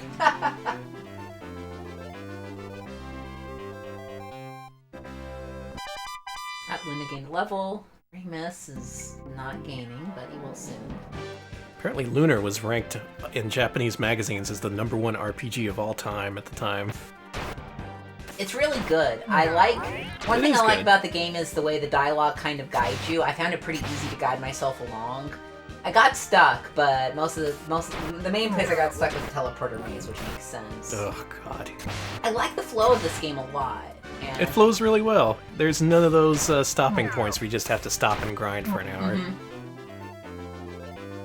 Victor Island reveals that Lunar came out in June '92 in Japan, and it was supposed to sell around 100,000 units. which happens to be the exact install base of the Mega CD. So for this game in Japan, it was pretty much 1-for-1 sales with the console. Jesus. So kind of a big game, and I kind of understand why they brought it over. Mentioning the differences between translating for Sega CD versus TurboGrafx 16. He says he prefers TurboGrafx because Cosmic Fantasy II had a lot of innuendo in it, and Sega flags that stuff pretty quick, in his words. Alright, let me save, and we are going to find the dragon and get that dragon diamond. He cites having to change the name of Mel, one of the heroes you meet in this game. He's called Deadly Mel in this version, but originally they wanted it to be Hell Mel. I like the name Hell Mel. Hell Mel. He says, could have gotten it through if I'd really pushed, and I probably would have still gotten an MA13 rating. You know what? You're right. You should have stood for Hell Mel. Stand your ground. Wow, everybody's really strong here. I'm just a weak baby. Those snails are fucking you up. Yeah. But I bet they give you experience. Another nice thing is when enemies are weak to your attacks, you can tell because you push them back whenever you attack them. If they have a lot of armor, they won't do that. Really, this is just a list of things I like about this game. It's good. Everything, basically. Okay, now Victor Island's going off on a tangent on Rise of the Dragon, because that game got away with having a lot of curse words, and he was mad about it. Why can't I curse? He says it has everything short of the F word, quote. It's even alluded to. At one point a character says, "Get your effing butt out of here. The game sucks, but the language blew me away." Wow, this game's horrible, but they're cussing. Isn't all of Luna's magic, because I am very unprepared. Yeah, you're pretty underleveled, but you can do it. Jesus.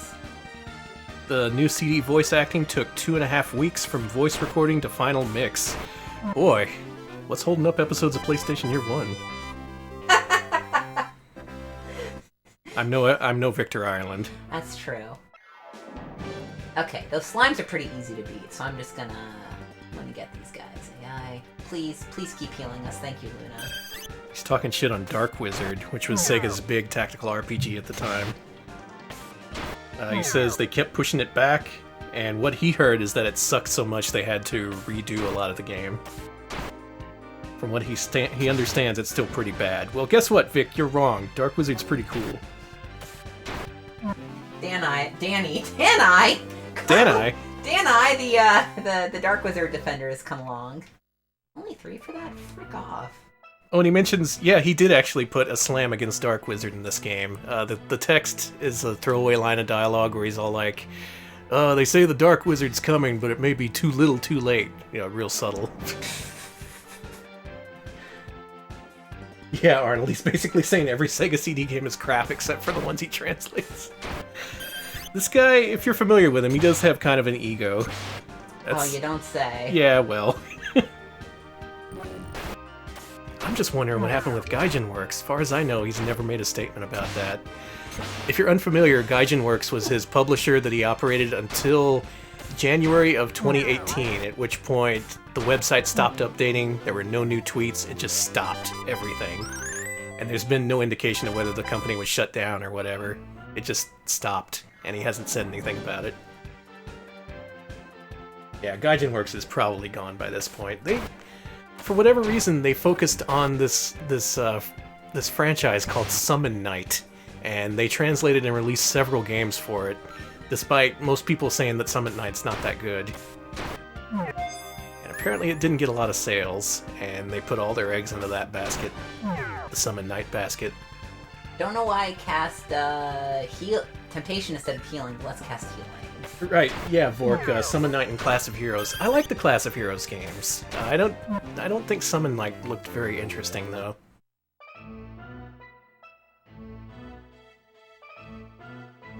One thing about this game is there's a lot of random encounters. Yeah. But, again, no load times.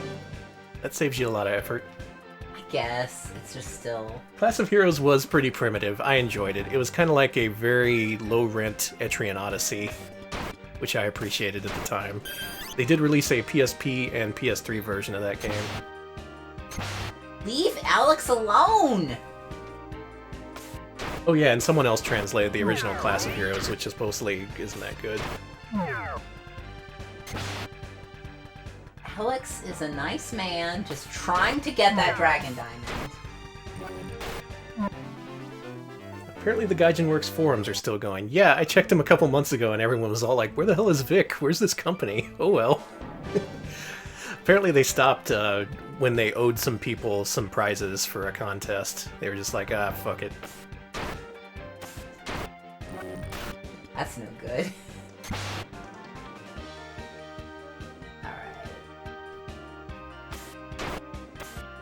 Alright. Agreed, never stop posting. Always post.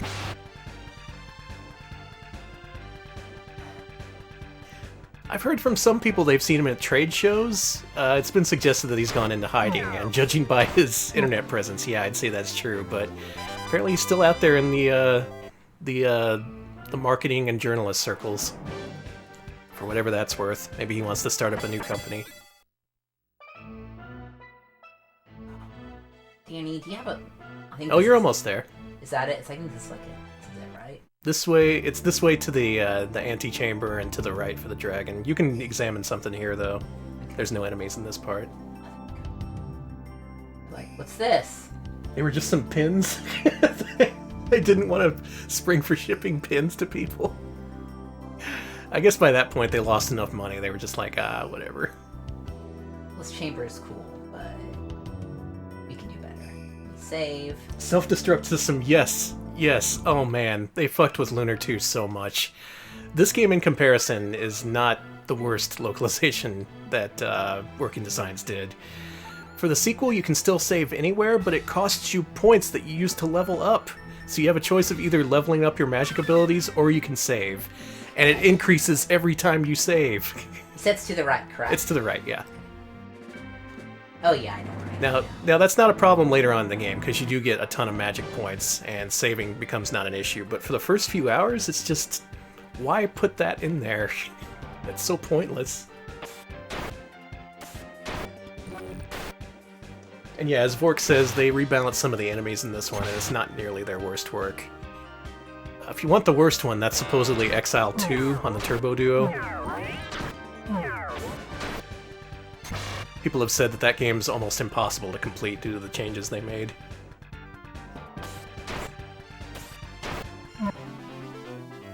I did enjoy Lunar 2, though. I'd like to play it in an unworked version someday. And yeah, as people mentioned, there is a patch for Popful Mail, which we used when we played through the game, that makes it reasonably difficult instead of unreasonably difficult. Right. Please heal Alex, who's going to die soon. Yeah, like Nervous says, I think that's pretty much it. Yeah, they multiplied a number they shouldn't have, and it ended up being 255 instead of 64. So your choice was to either play the game very carefully and avoid every single enemy, or level up to maximum. Those are the only ways to beat Exile 2 as far as I know. Please die. Oh, thank God. Please give me herb. No herb for Alex? Cool. No herb for Alex. Well... why don't you save? Wait, let me have Luna do her song one more time. Okay. Save. Alright. We're gonna fight the dragon. Gonna kick his ass with barely any health. Oh shit, it's a dragon. Everybody shut up, it's a dragon.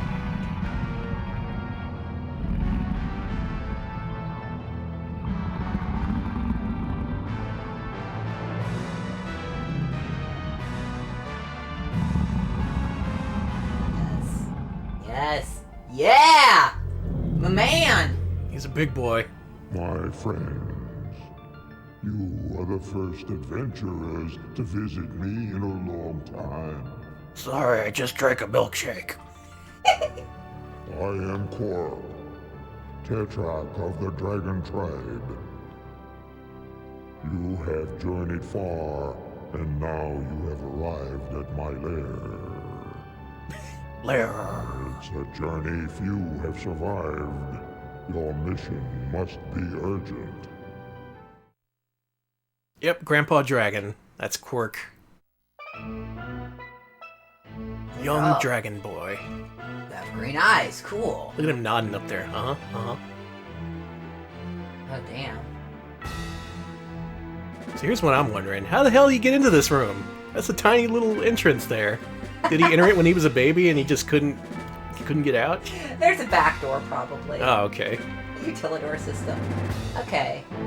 So he's like, hey Alex, you want to be a dragon master? Just like dying your hero? I think you can do it. Here's a cool dragon ring. Here's what you need to do. Return me with the ring once you've gotten the prize of manhood, and I will teach you. You've attained the prize of manhood. He healed you, too. Yes, thank you. Hey, you look familiar. Me? And he's like, yeah. Yeah, it must be his age. I'm just old, never ignore me. So... He's like, Quark, we want your diamond! What diamond?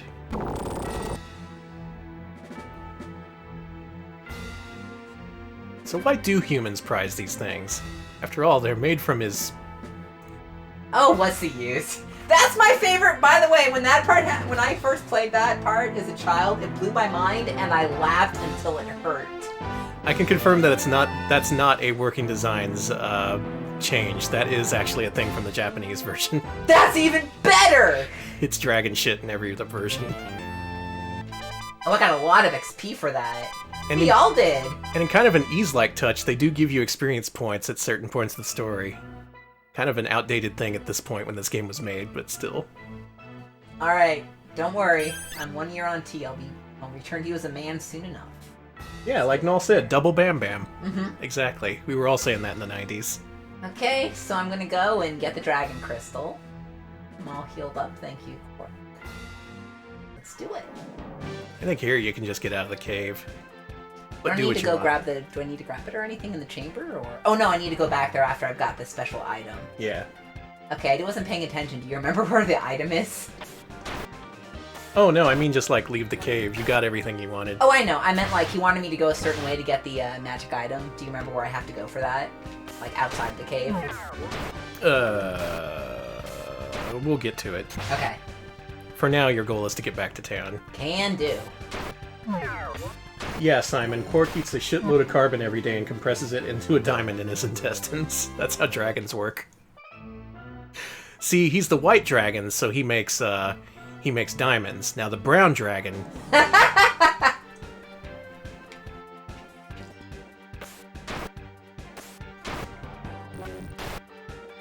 I agree, Barbara. Quark does need more fluids and fiber in his diet. Mm-hmm. When the screen rumbled after Ramus asked him for the diamond, do you think he was making it at that moment? Yes! I think that's actually what happened. Oh my god, this game's disgusting. This game is fantastic. I don't know what you're talking about. It's got dragons. It's got not just dragons, but friendly dragons, my favorite thing. Mythbusters proved in one episode you can polish a turd? That's an episode I want to see. I went the wrong way. I want to see that mustache guy just polishing a turd. Damn, that's disgusting. Yeah, I know.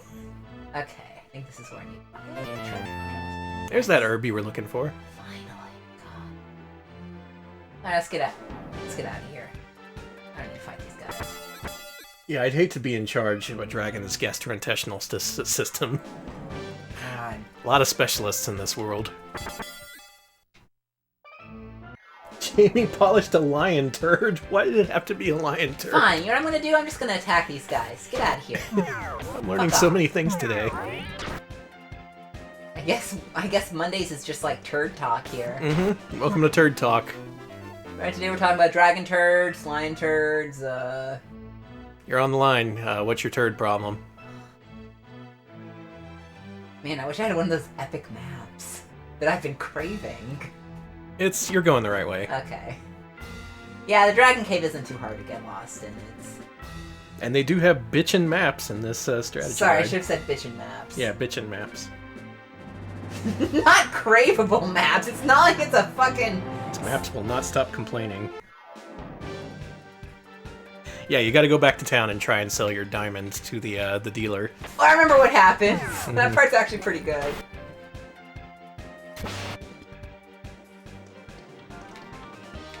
Jesus, Alex. Yeah, who doesn't love turd talks?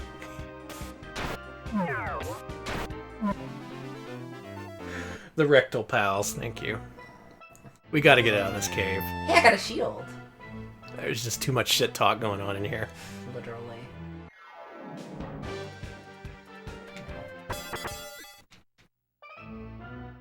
And we're out. Nervous is getting mad about thinking about Dross and Maribia. Boy, tell me about it. Ugh. You go on quite an adventure in this game. Alright, I'm saving. Hey, you did it. Alex, did you know there's a secret shortcut through the mountains? No. Alex gave me a look. Yeah, put on that shield and I'll show you it. Okay. Just go up and hug the left side of the mountains, and you'll eventually cut through a crack. No, go up and right, actually. Oh, right? Yeah. You want to go... this is hard to describe. You want to go in the little meadow north of where you are. You Just fend off the dung beetles. Man, cannot get away from shit.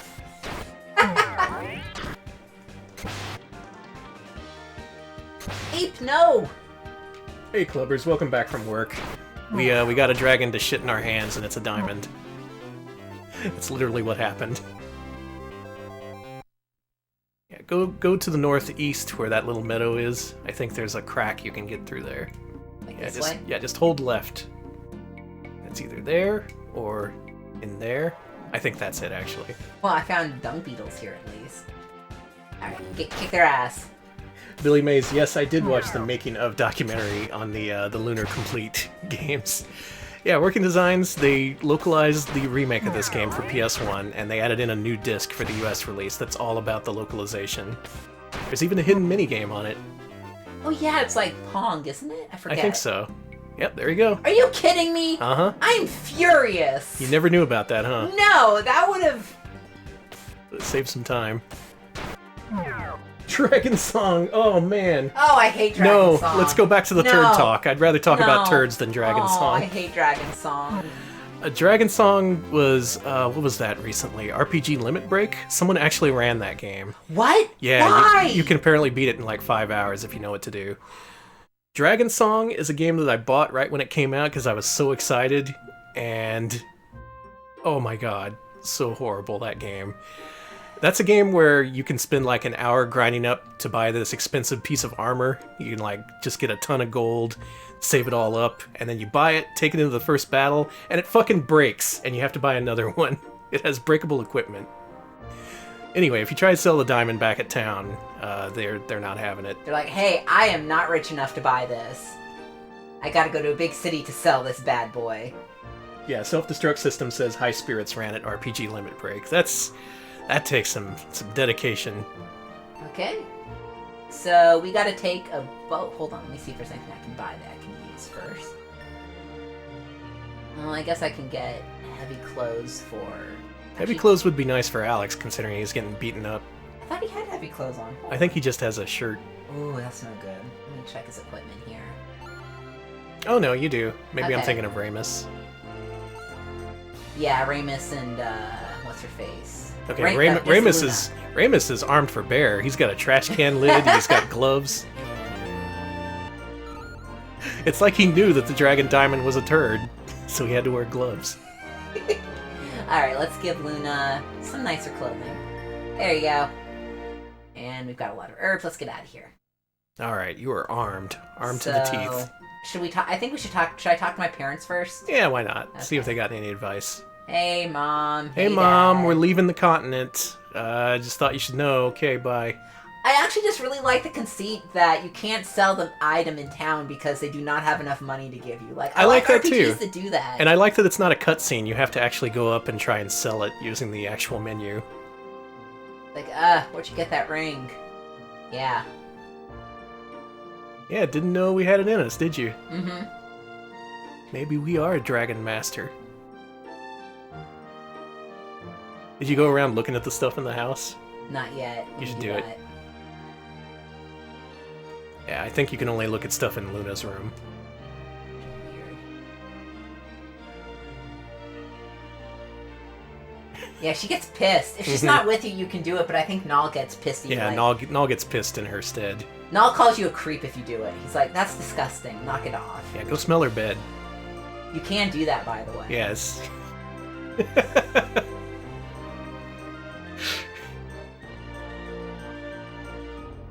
Luna, I don't have a bed. My parents have a bed.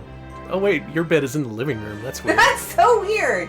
All right. So No let's privacy go. for Alex. No. All right, we are headed to Safe. Where's Safe? I misread peasant clothes in the chat as President Clinton. So that's clearly where my mind is at. What? Look, it's relevant. My Yep. loving darling, that's not even close.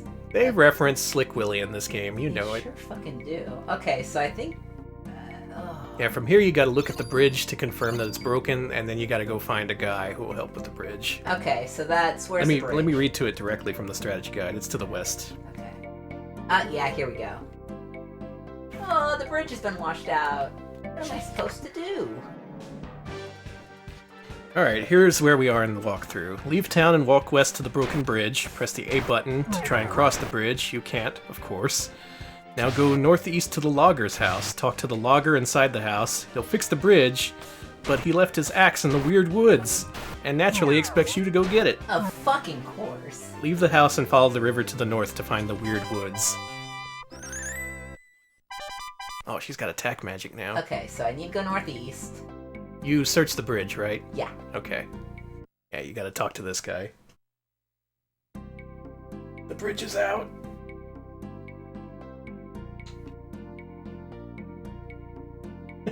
Teeter, I guess that does imply that Null carries around all her money. Maybe the money doesn't weigh much in this world, or Null's just really strong. Alright, so she is like, hey, follow the river, you'll find the... Yeah. And I do like the music in this game. I was a nerdy kid, so on trips to band competitions, I would listen to this music on my portable CD player. I brought the disc with me. I have a story I've never told you. Okay, what is it? I did a presentation about the Pilgrims using this music from this song in elementary school. The battle music? No, using the some music from the soundtrack. Oh, okay. Cool. I did a multimedia presentation about the Pilgrims for show and tell using Lunar music. I got no extra points, and it was very embarrassing. Aw. The teacher was embarrassed for me, so she stopped it out. No, video game music, come on. This is not socially acceptable. Come on. It was dumb as shit. It sucks. I'm sorry, Alex. No, it was funny. I was a huge dork. Yes, as Smebble says, long before they met, Danny and Alex were still on the same wavelength. I bet Yeah, I bet separated by many states, we were identically and individually listening to the Lunar soundtrack on our own when we were kids. It's messed up. Too nerdy to live. Bugs. Stop trying to. Oh, I've been poisoned. Wow, nice, very polite. I don't know if the poison persists after battle. I don't think it does. No, it This doesn't. game's pretty nice about that. Another nice thing is if your characters are killed in battle, they'll come back afterwards with 1 hit point. So you don't have to worry about revive potions or phoenix downs or whatever. That thing re-ups your magic points, I believe. Whoa, cool lizard. Those lizards are tough, I think. So it's northwest for the weird woods, yeah. Yeah. Yep, it's P-Sun. That's how you know you're poisoned in this game. Oh, Alex. Alex, run away. Flee. Have Luna, yeah, use a thing on there.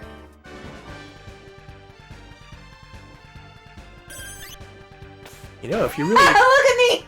Oh man, you're covering your head. You're ducking and covering. Uh-oh. Yeah, let Ramus suck up the damage. He can take it.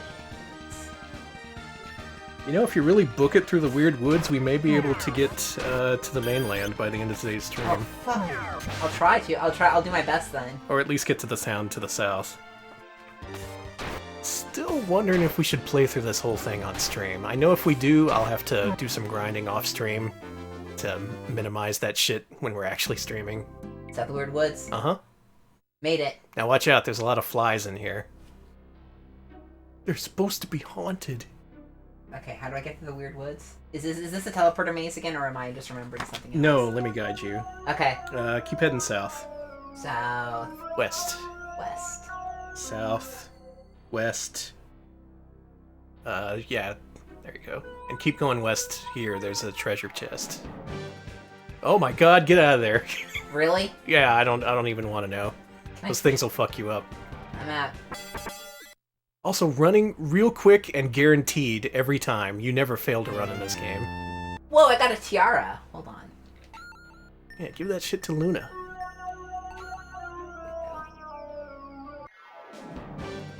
It's a lot of flies. Run. Run? Okay. Flies can easily gang up on you. And the problem is you'll run, but the enemies have to take their turn first, Yeah. so you're gonna soak up a little bit of damage. And yeah, Arnold Rimmer, that is the thing they added to the PlayStation version. You can fail to run. That is bullshit. That's probably never why I beat it. Yeah, go northeast. Oh, there he is. Hey, it's this guy. I love this guy. There's your man. This guy kicks ass, by the way. He's got a cool hat. God, I love the fashion in this game. Mm-hmm. All of my original characters dressed like they were in this game for like years. Cool. Yeah. You gonna tell me where to go?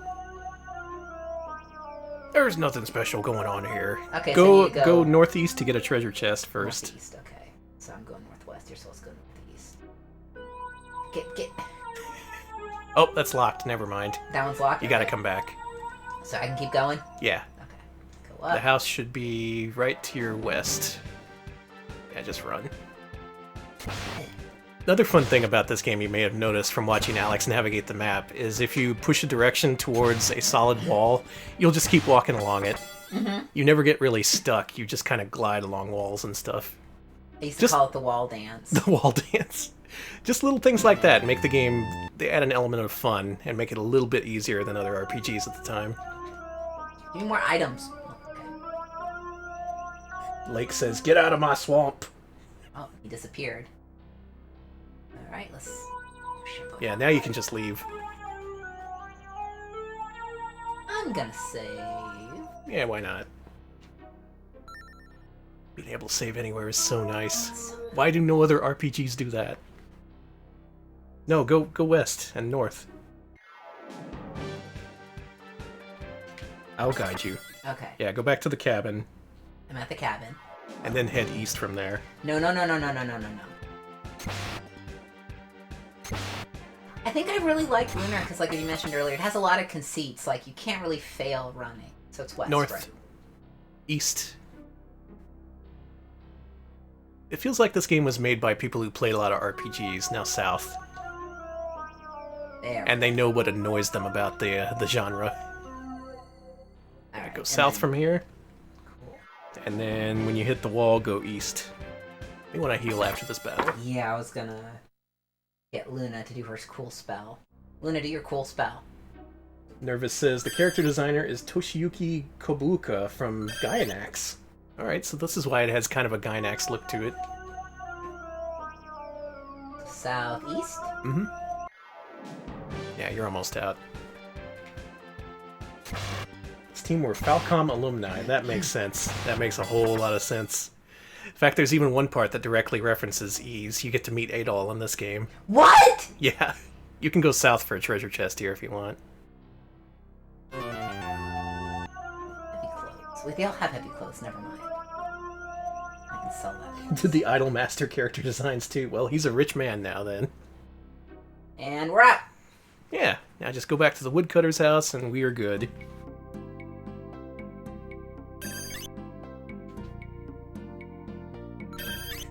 And as Arnold Rammer says, yeah, the reference to Ys was entirely lost on the people who translated this game. You meet Adol, and in the Japanese one, he says something about being lost and unable to find Dharm Tower. Haha. And in the US version, he makes a fucking Tootsie Pop joke. Is that what that Tootsie Pop joke is about? Yeah. I am It's just out of nowhere. I assume the translators Fight these guys. the translators saw what he was saying. He was like, "What the hell's he talking about? Who cares?" Now it's a Tootsie Pop joke. I am so mad about that. I am. Oh, I'm gamer mad now. I am. Oh, put me on YouTube for a 1 hour rant because I remember that too, because that's in a very central location. It's the teleporter to the Magic City, and you end up seeing this unique sprite who looks exactly like Adol, but for whatever reason he just talks about Tootsie Pops. For once, I have gamer beef with someone. That's why I kind of like these games, though. It makes a good story. Like, it's kind of shitty that they didn't pick up on the reference, but... It's really funny. Yeah. If you're gonna replace it, it might as well be with something culturally relevant, like the Tootsie Pop. I wonder what the person who's doing the Wheaties joke, I wonder what they were originally saying. Oh man, who knows? We should do an untranslated Lunar episode, or just play through this game in Japanese and see how boring it is. I like how the ape is trying to escape. It's an ape escape. Oh, that's nice. I like when you can hit the enemies so that they recoil into another enemy, but if they're too close, they can't go anywhere. That's what you call strategy.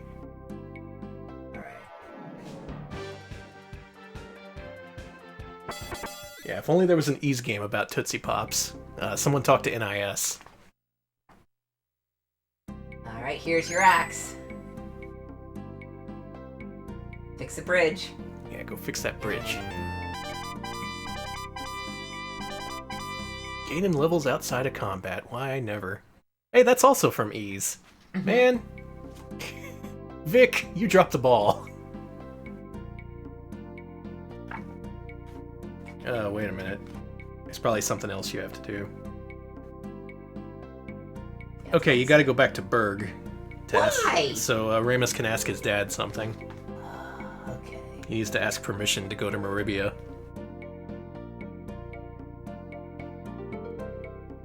Oh yeah, and they got rid of the satanic pentagrams in this game. Boo. I believe they scrubbed a lot of demonic references out of these games. Vic was kind of queasy about that sort of thing, apparently. I'd imagine because due to Nintendo being weird about that stuff, too. Yeah, that probably didn't help. Yeah. Yeah, go talk to your parents, tell them you're taking a trip. They'll understand. Hey, Dad. Yeah, we're going to the mainland. All boys are adventurers at heart. Thank you for the letter. Don't worry about your mother, I'll handle her. Mom. Well, Luna's not going anywhere. Not in this version, anyway. Okay, I'll stay. And I get money. Hey, money. Yep. That's why you always talk to your mom. Ah, he's a religious man, that makes sense. Okay. Did you say goodbye to Ramus? Here's the thing, Ramus does amount to something, but it's really worth nothing. Imagine being in this game and being like, I know, I'm gonna live my dream of being a shopkeeper. Well, Ramus's parents are nervous about him leaving because they think he's incompetent. To be fair, he kind of is. But he's our incompetent friend. Yeah, he's our incompetent boob. Okay, race your ass over to Saith, which is across the bridge.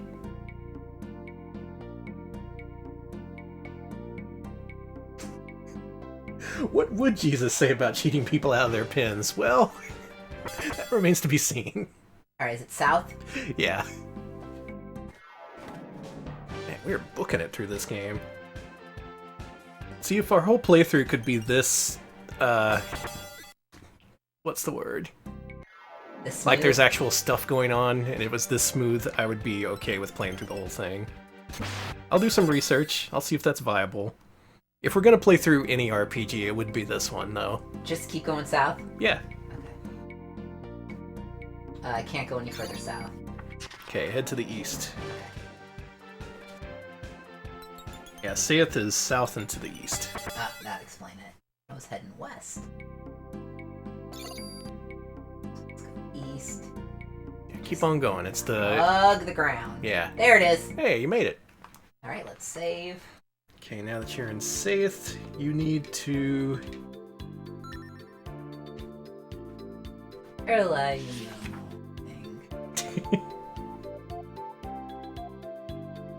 Okay, in this town, all you really need to do is go into the inn at the south end of town.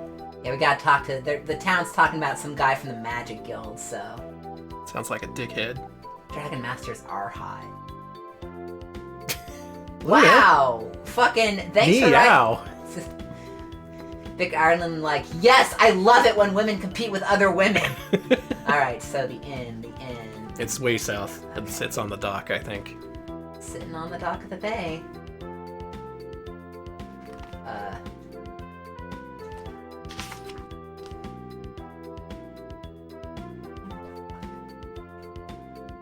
There it is. There we go.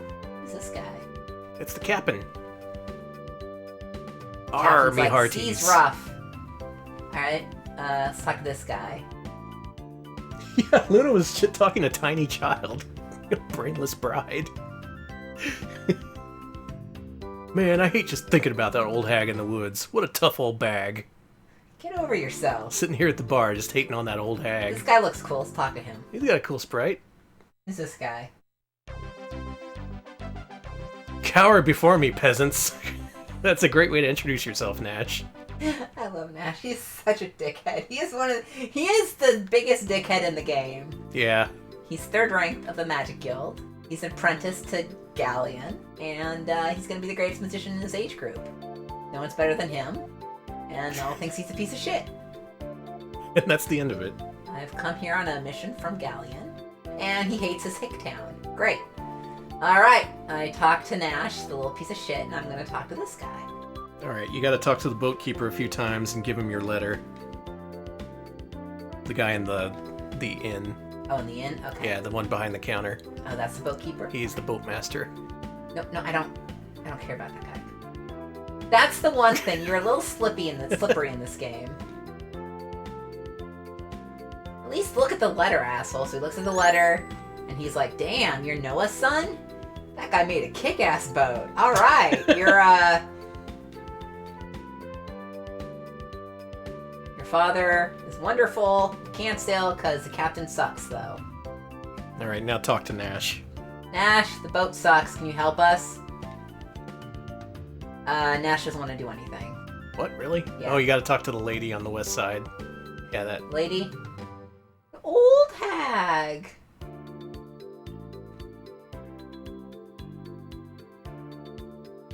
Well, I do have a dragon now. So she's like, listen, we need you. There's a magic map from the old hag. Get the magic map from the old hag.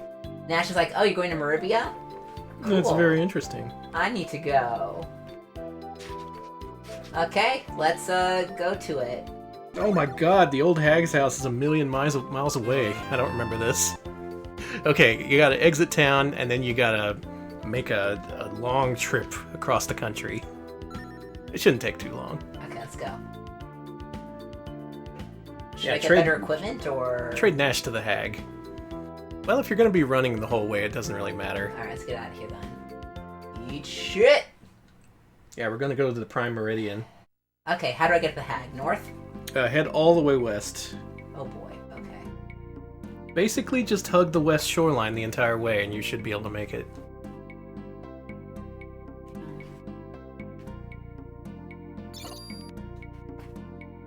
Yeah, this will take a little bit. I still like this game. Oh, I love this game. Even when it screws me over, I love this game. Maybe it's the simplicity that I like. Maybe it's just... like, it's not too streamlined. They just got rid of the really annoying stuff from old RPGs. It's not quite as handholdy as, like, later Final Fantasies. Maybe that's what Victor was talking like. My pal Victor. Vic Oh, Ireland. yeah. Final Fantasy sucks. Quote, Victor Ireland. That's what he told you last time he talked to you on, like, Twitter. Yeah, and he blocked me. He didn't block me. See, I don't think you've ever even contacted him. No.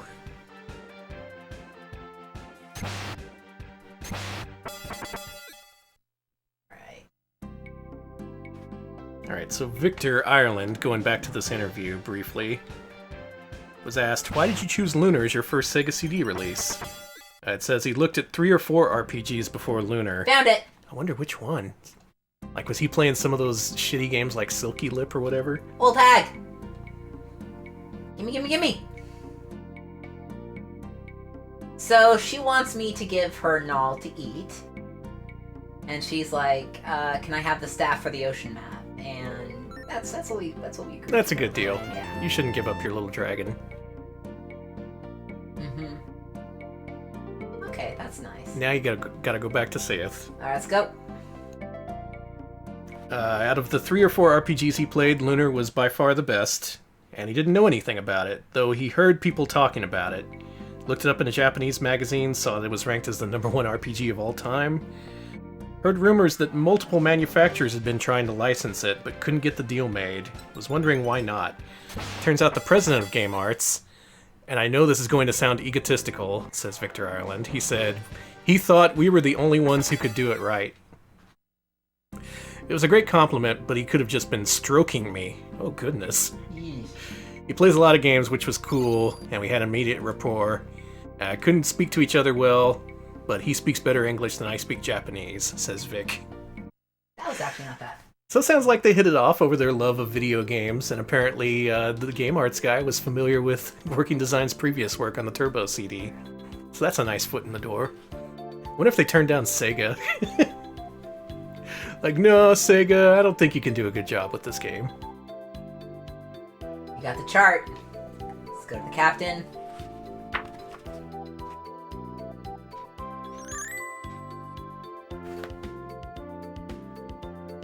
But he blew it. Why?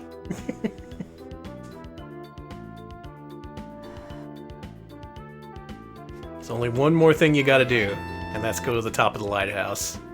Which, again, shouldn't take much time if you just run. Funky Horror Band HD Remake win. Oh my god, yeah. If he was looking at early Mega CD RPGs, he probably took a look at Funky Horror Band. Listen, I would love to trade Nash to the Sea Hag. Imagine Funky Horror Band by Working Designs. Good lord. This is the lighthouse, right? Yes, you're in the right place, and it's very easy to get to the top. I should talk to that person. So. Okay. Oh, thanks for the healing. Thanks. Get the item. Ooh, leather clothes. I would also trade Nash for Funky Horror Band. I'm out. I hate flies. Things that definitely happened. Look! The president of Game Arts just admired Working Designs so much that he wouldn't let any other company touch his games. Though he may have just been quote-unquote stroking Victor Ireland.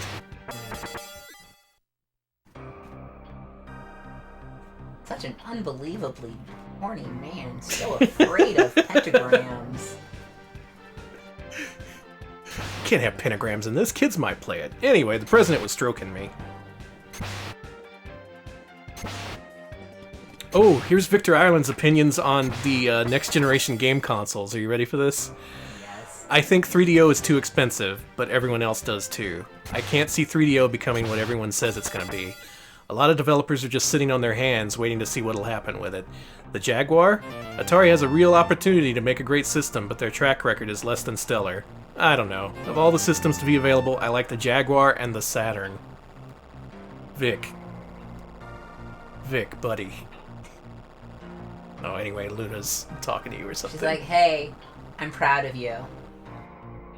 Vic was there to see the massive launch of the PlayStation, and he came away from that saying, I like Jaguar and Saturn. That explains a whole lot. Oh, they asked him about NEC's 32-bit Iron Man system. Say in its current incarnation, it is dated hopelessly. If it was released years ago, it might have done well. Yeah, the NEC Iron Man was a rumored follow-up to the PC Engine that never got released. Oh shit, Luna's about to die. It's interesting they'd even mention it. I should probably give her some herb. Yeah, this interview's all over the place, isn't it?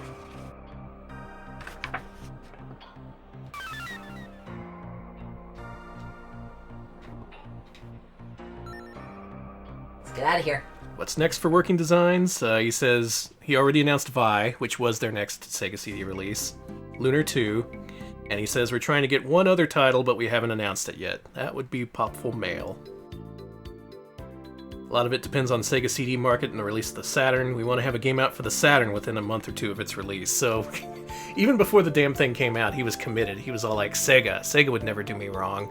I'm going to hit the Saturn and I'm going to hit it hard. All right, we are ready to hit the town. You ready? Yeah. Let's do it. Congrats, Alex, for finishing the first major part of the game in like an hour. Luna's not going with you, though. And this is the big difference between the original game and the remakes. Luna, she stays behind. She doesn't get on the boat with you. She doesn't get on you either. It sucks, though, because she has really good healing spells. Yeah, that's kind of a real blow to the party. No. Especially the dungeon after this one. She'd be useful. Oh, I can't do it. Alex's mom and dad would be too sad if I left. Because she's not his sister or anything. She was just an orphan they took in. Yeah. So she just kind of hangs around their house. Alright, so where my true adventure will begin. Ramus, you good luck too. Yeah, you don't. I hope you get it. No, No. be good. Really gonna miss you, buddy. Alex, don't die. Do my best. And unfortunately that means there's no boat song in this game. Just an instrumental version. I never dreamed we'd say goodbye like this. The world beyond these shores is such a dangerous place. True. Oh, Alex, you have to come back to me. I'll pray constantly for your safe return. Goodbye, my love. She's frowning, he's smiling. He's like, I'm out of here. He has no issues with just leaving the world behind. Here we go. And this is where the adventure starts. As well as where our stream stops. Thank you all for joining us for part 1 of Lunar, a series we may continue. I think this will be a nice treat to show off every so often, maybe not every week. But I do want to get through this game, because we like it a lot. Welcome to Maribia. The bright lights, the big city. No, that happened in the Japanese version where she stays behind too, yeah? Yeah, in this original release. She goes with you starting in the PS1 and Saturn versions. Alright, you know what I'm doing? I am saving. You gotta save your game. So yeah, what you're here in right now is the biggest city in the game. It's huge. There's a lot of people to talk to. A lot of work to do for Alex and company. They gotta sell that diamond. They gotta go on an even bigger adventure. Where will their travels take them? Tune in later to find out. Lunar, it's good. We like it. We're Retro Pals. Thanks for watching. We'll be back on Wednesday with maybe our least look forward to stream of the year so far. So this week we gave our patrons a choice. It was either Howie Mandel DVD board games or Rob Schneider PC FMV games. Uh-oh. That sucks. Mr. Rob Schneider managed to capture 70% of the vote, so that's what we're playing on Wednesday. Tune in on Wednesday for Windows 95 games starring Rob Schneider, including the classic A Fork in the Tail and The Adventures of Pinocchio, a game based on a very obscure, very disturbing 90s CGI movie. Can't wait. No, it's not CGI. You should know that Pinocchio is all practical. There's a little bit of CGI, but he is a practical Jim Henson Muppet, and he looks like death. Excellent. Well, I'm looking forward to it, and you should too. Hope all you Schneider heads will come together and watch Wednesday's stream. Oh, Fork in the Tail sucks, just to let you know. Hey, you got to play through disc 2. Alex says played through disc 1 to confirm that it works. I made sure of that, and now I'm making him play through disc 2. So that'll be a fun week. Why don't you wrap us up, and I'll look for a host. Thank you, Hector, for the explanation of what FMV stands for. Alright, thank you all for watching. If you like what you see and you want to support us, we are on Patreon at patreon.com/retropals. That's where we, if you give us $5 a month, you can vote on what we play every Wednesday, and you can get episodes of PlayStation Year Zero, PlayStation Year One, and our podcast before anyone else. In fact, I think we should have an episode of PlayStation Year Zero available for you before you release it, so you check that out there. That's it in the public next Monday. You can get a early look at it right now, and soon enough, Alex will have episode 2 of our podcast ready. Hell yeah. We are also on Twitter at twitter.com/retropalshq. That's where we post our Mascot Friday polls. It's where we post when we go live, and whenever we've got something new, cool, interesting, or shitty, who knows. We are also finally on YouTube at youtube.com/retropals. We put highlights of our streams there. We've also got original scripted stuff, PlayStation Year Zero. You want to see Flowers of Robert Mapplethorpe? We got you covered. It's got everything you want. It's your one-stop shop for bullshit. We got that shit covered for sure. Mm-hmm. All right, that'll do it for us. We'll be back on Wednesday. Hope you're ready for Rob Schneider games, because I sure am not. And I'm going to make Alex play them instead. Yeah, I'm having to train on Rob Schneider games. Okay, so we're going to ship you over to yet another Sega stream. We're going to go over to Mr. Goatee, who has been playing this old sci-fi strategy game called Starflight for the last couple weeks. Oh, wow. This is apparently the finale. He's going to make it happen. I've never gotten into this game. It looks really complex, and props to him for sticking through to the end as he always does. So go wish him luck. See you all on Wednesday. Thanks for watching. See ya, folks.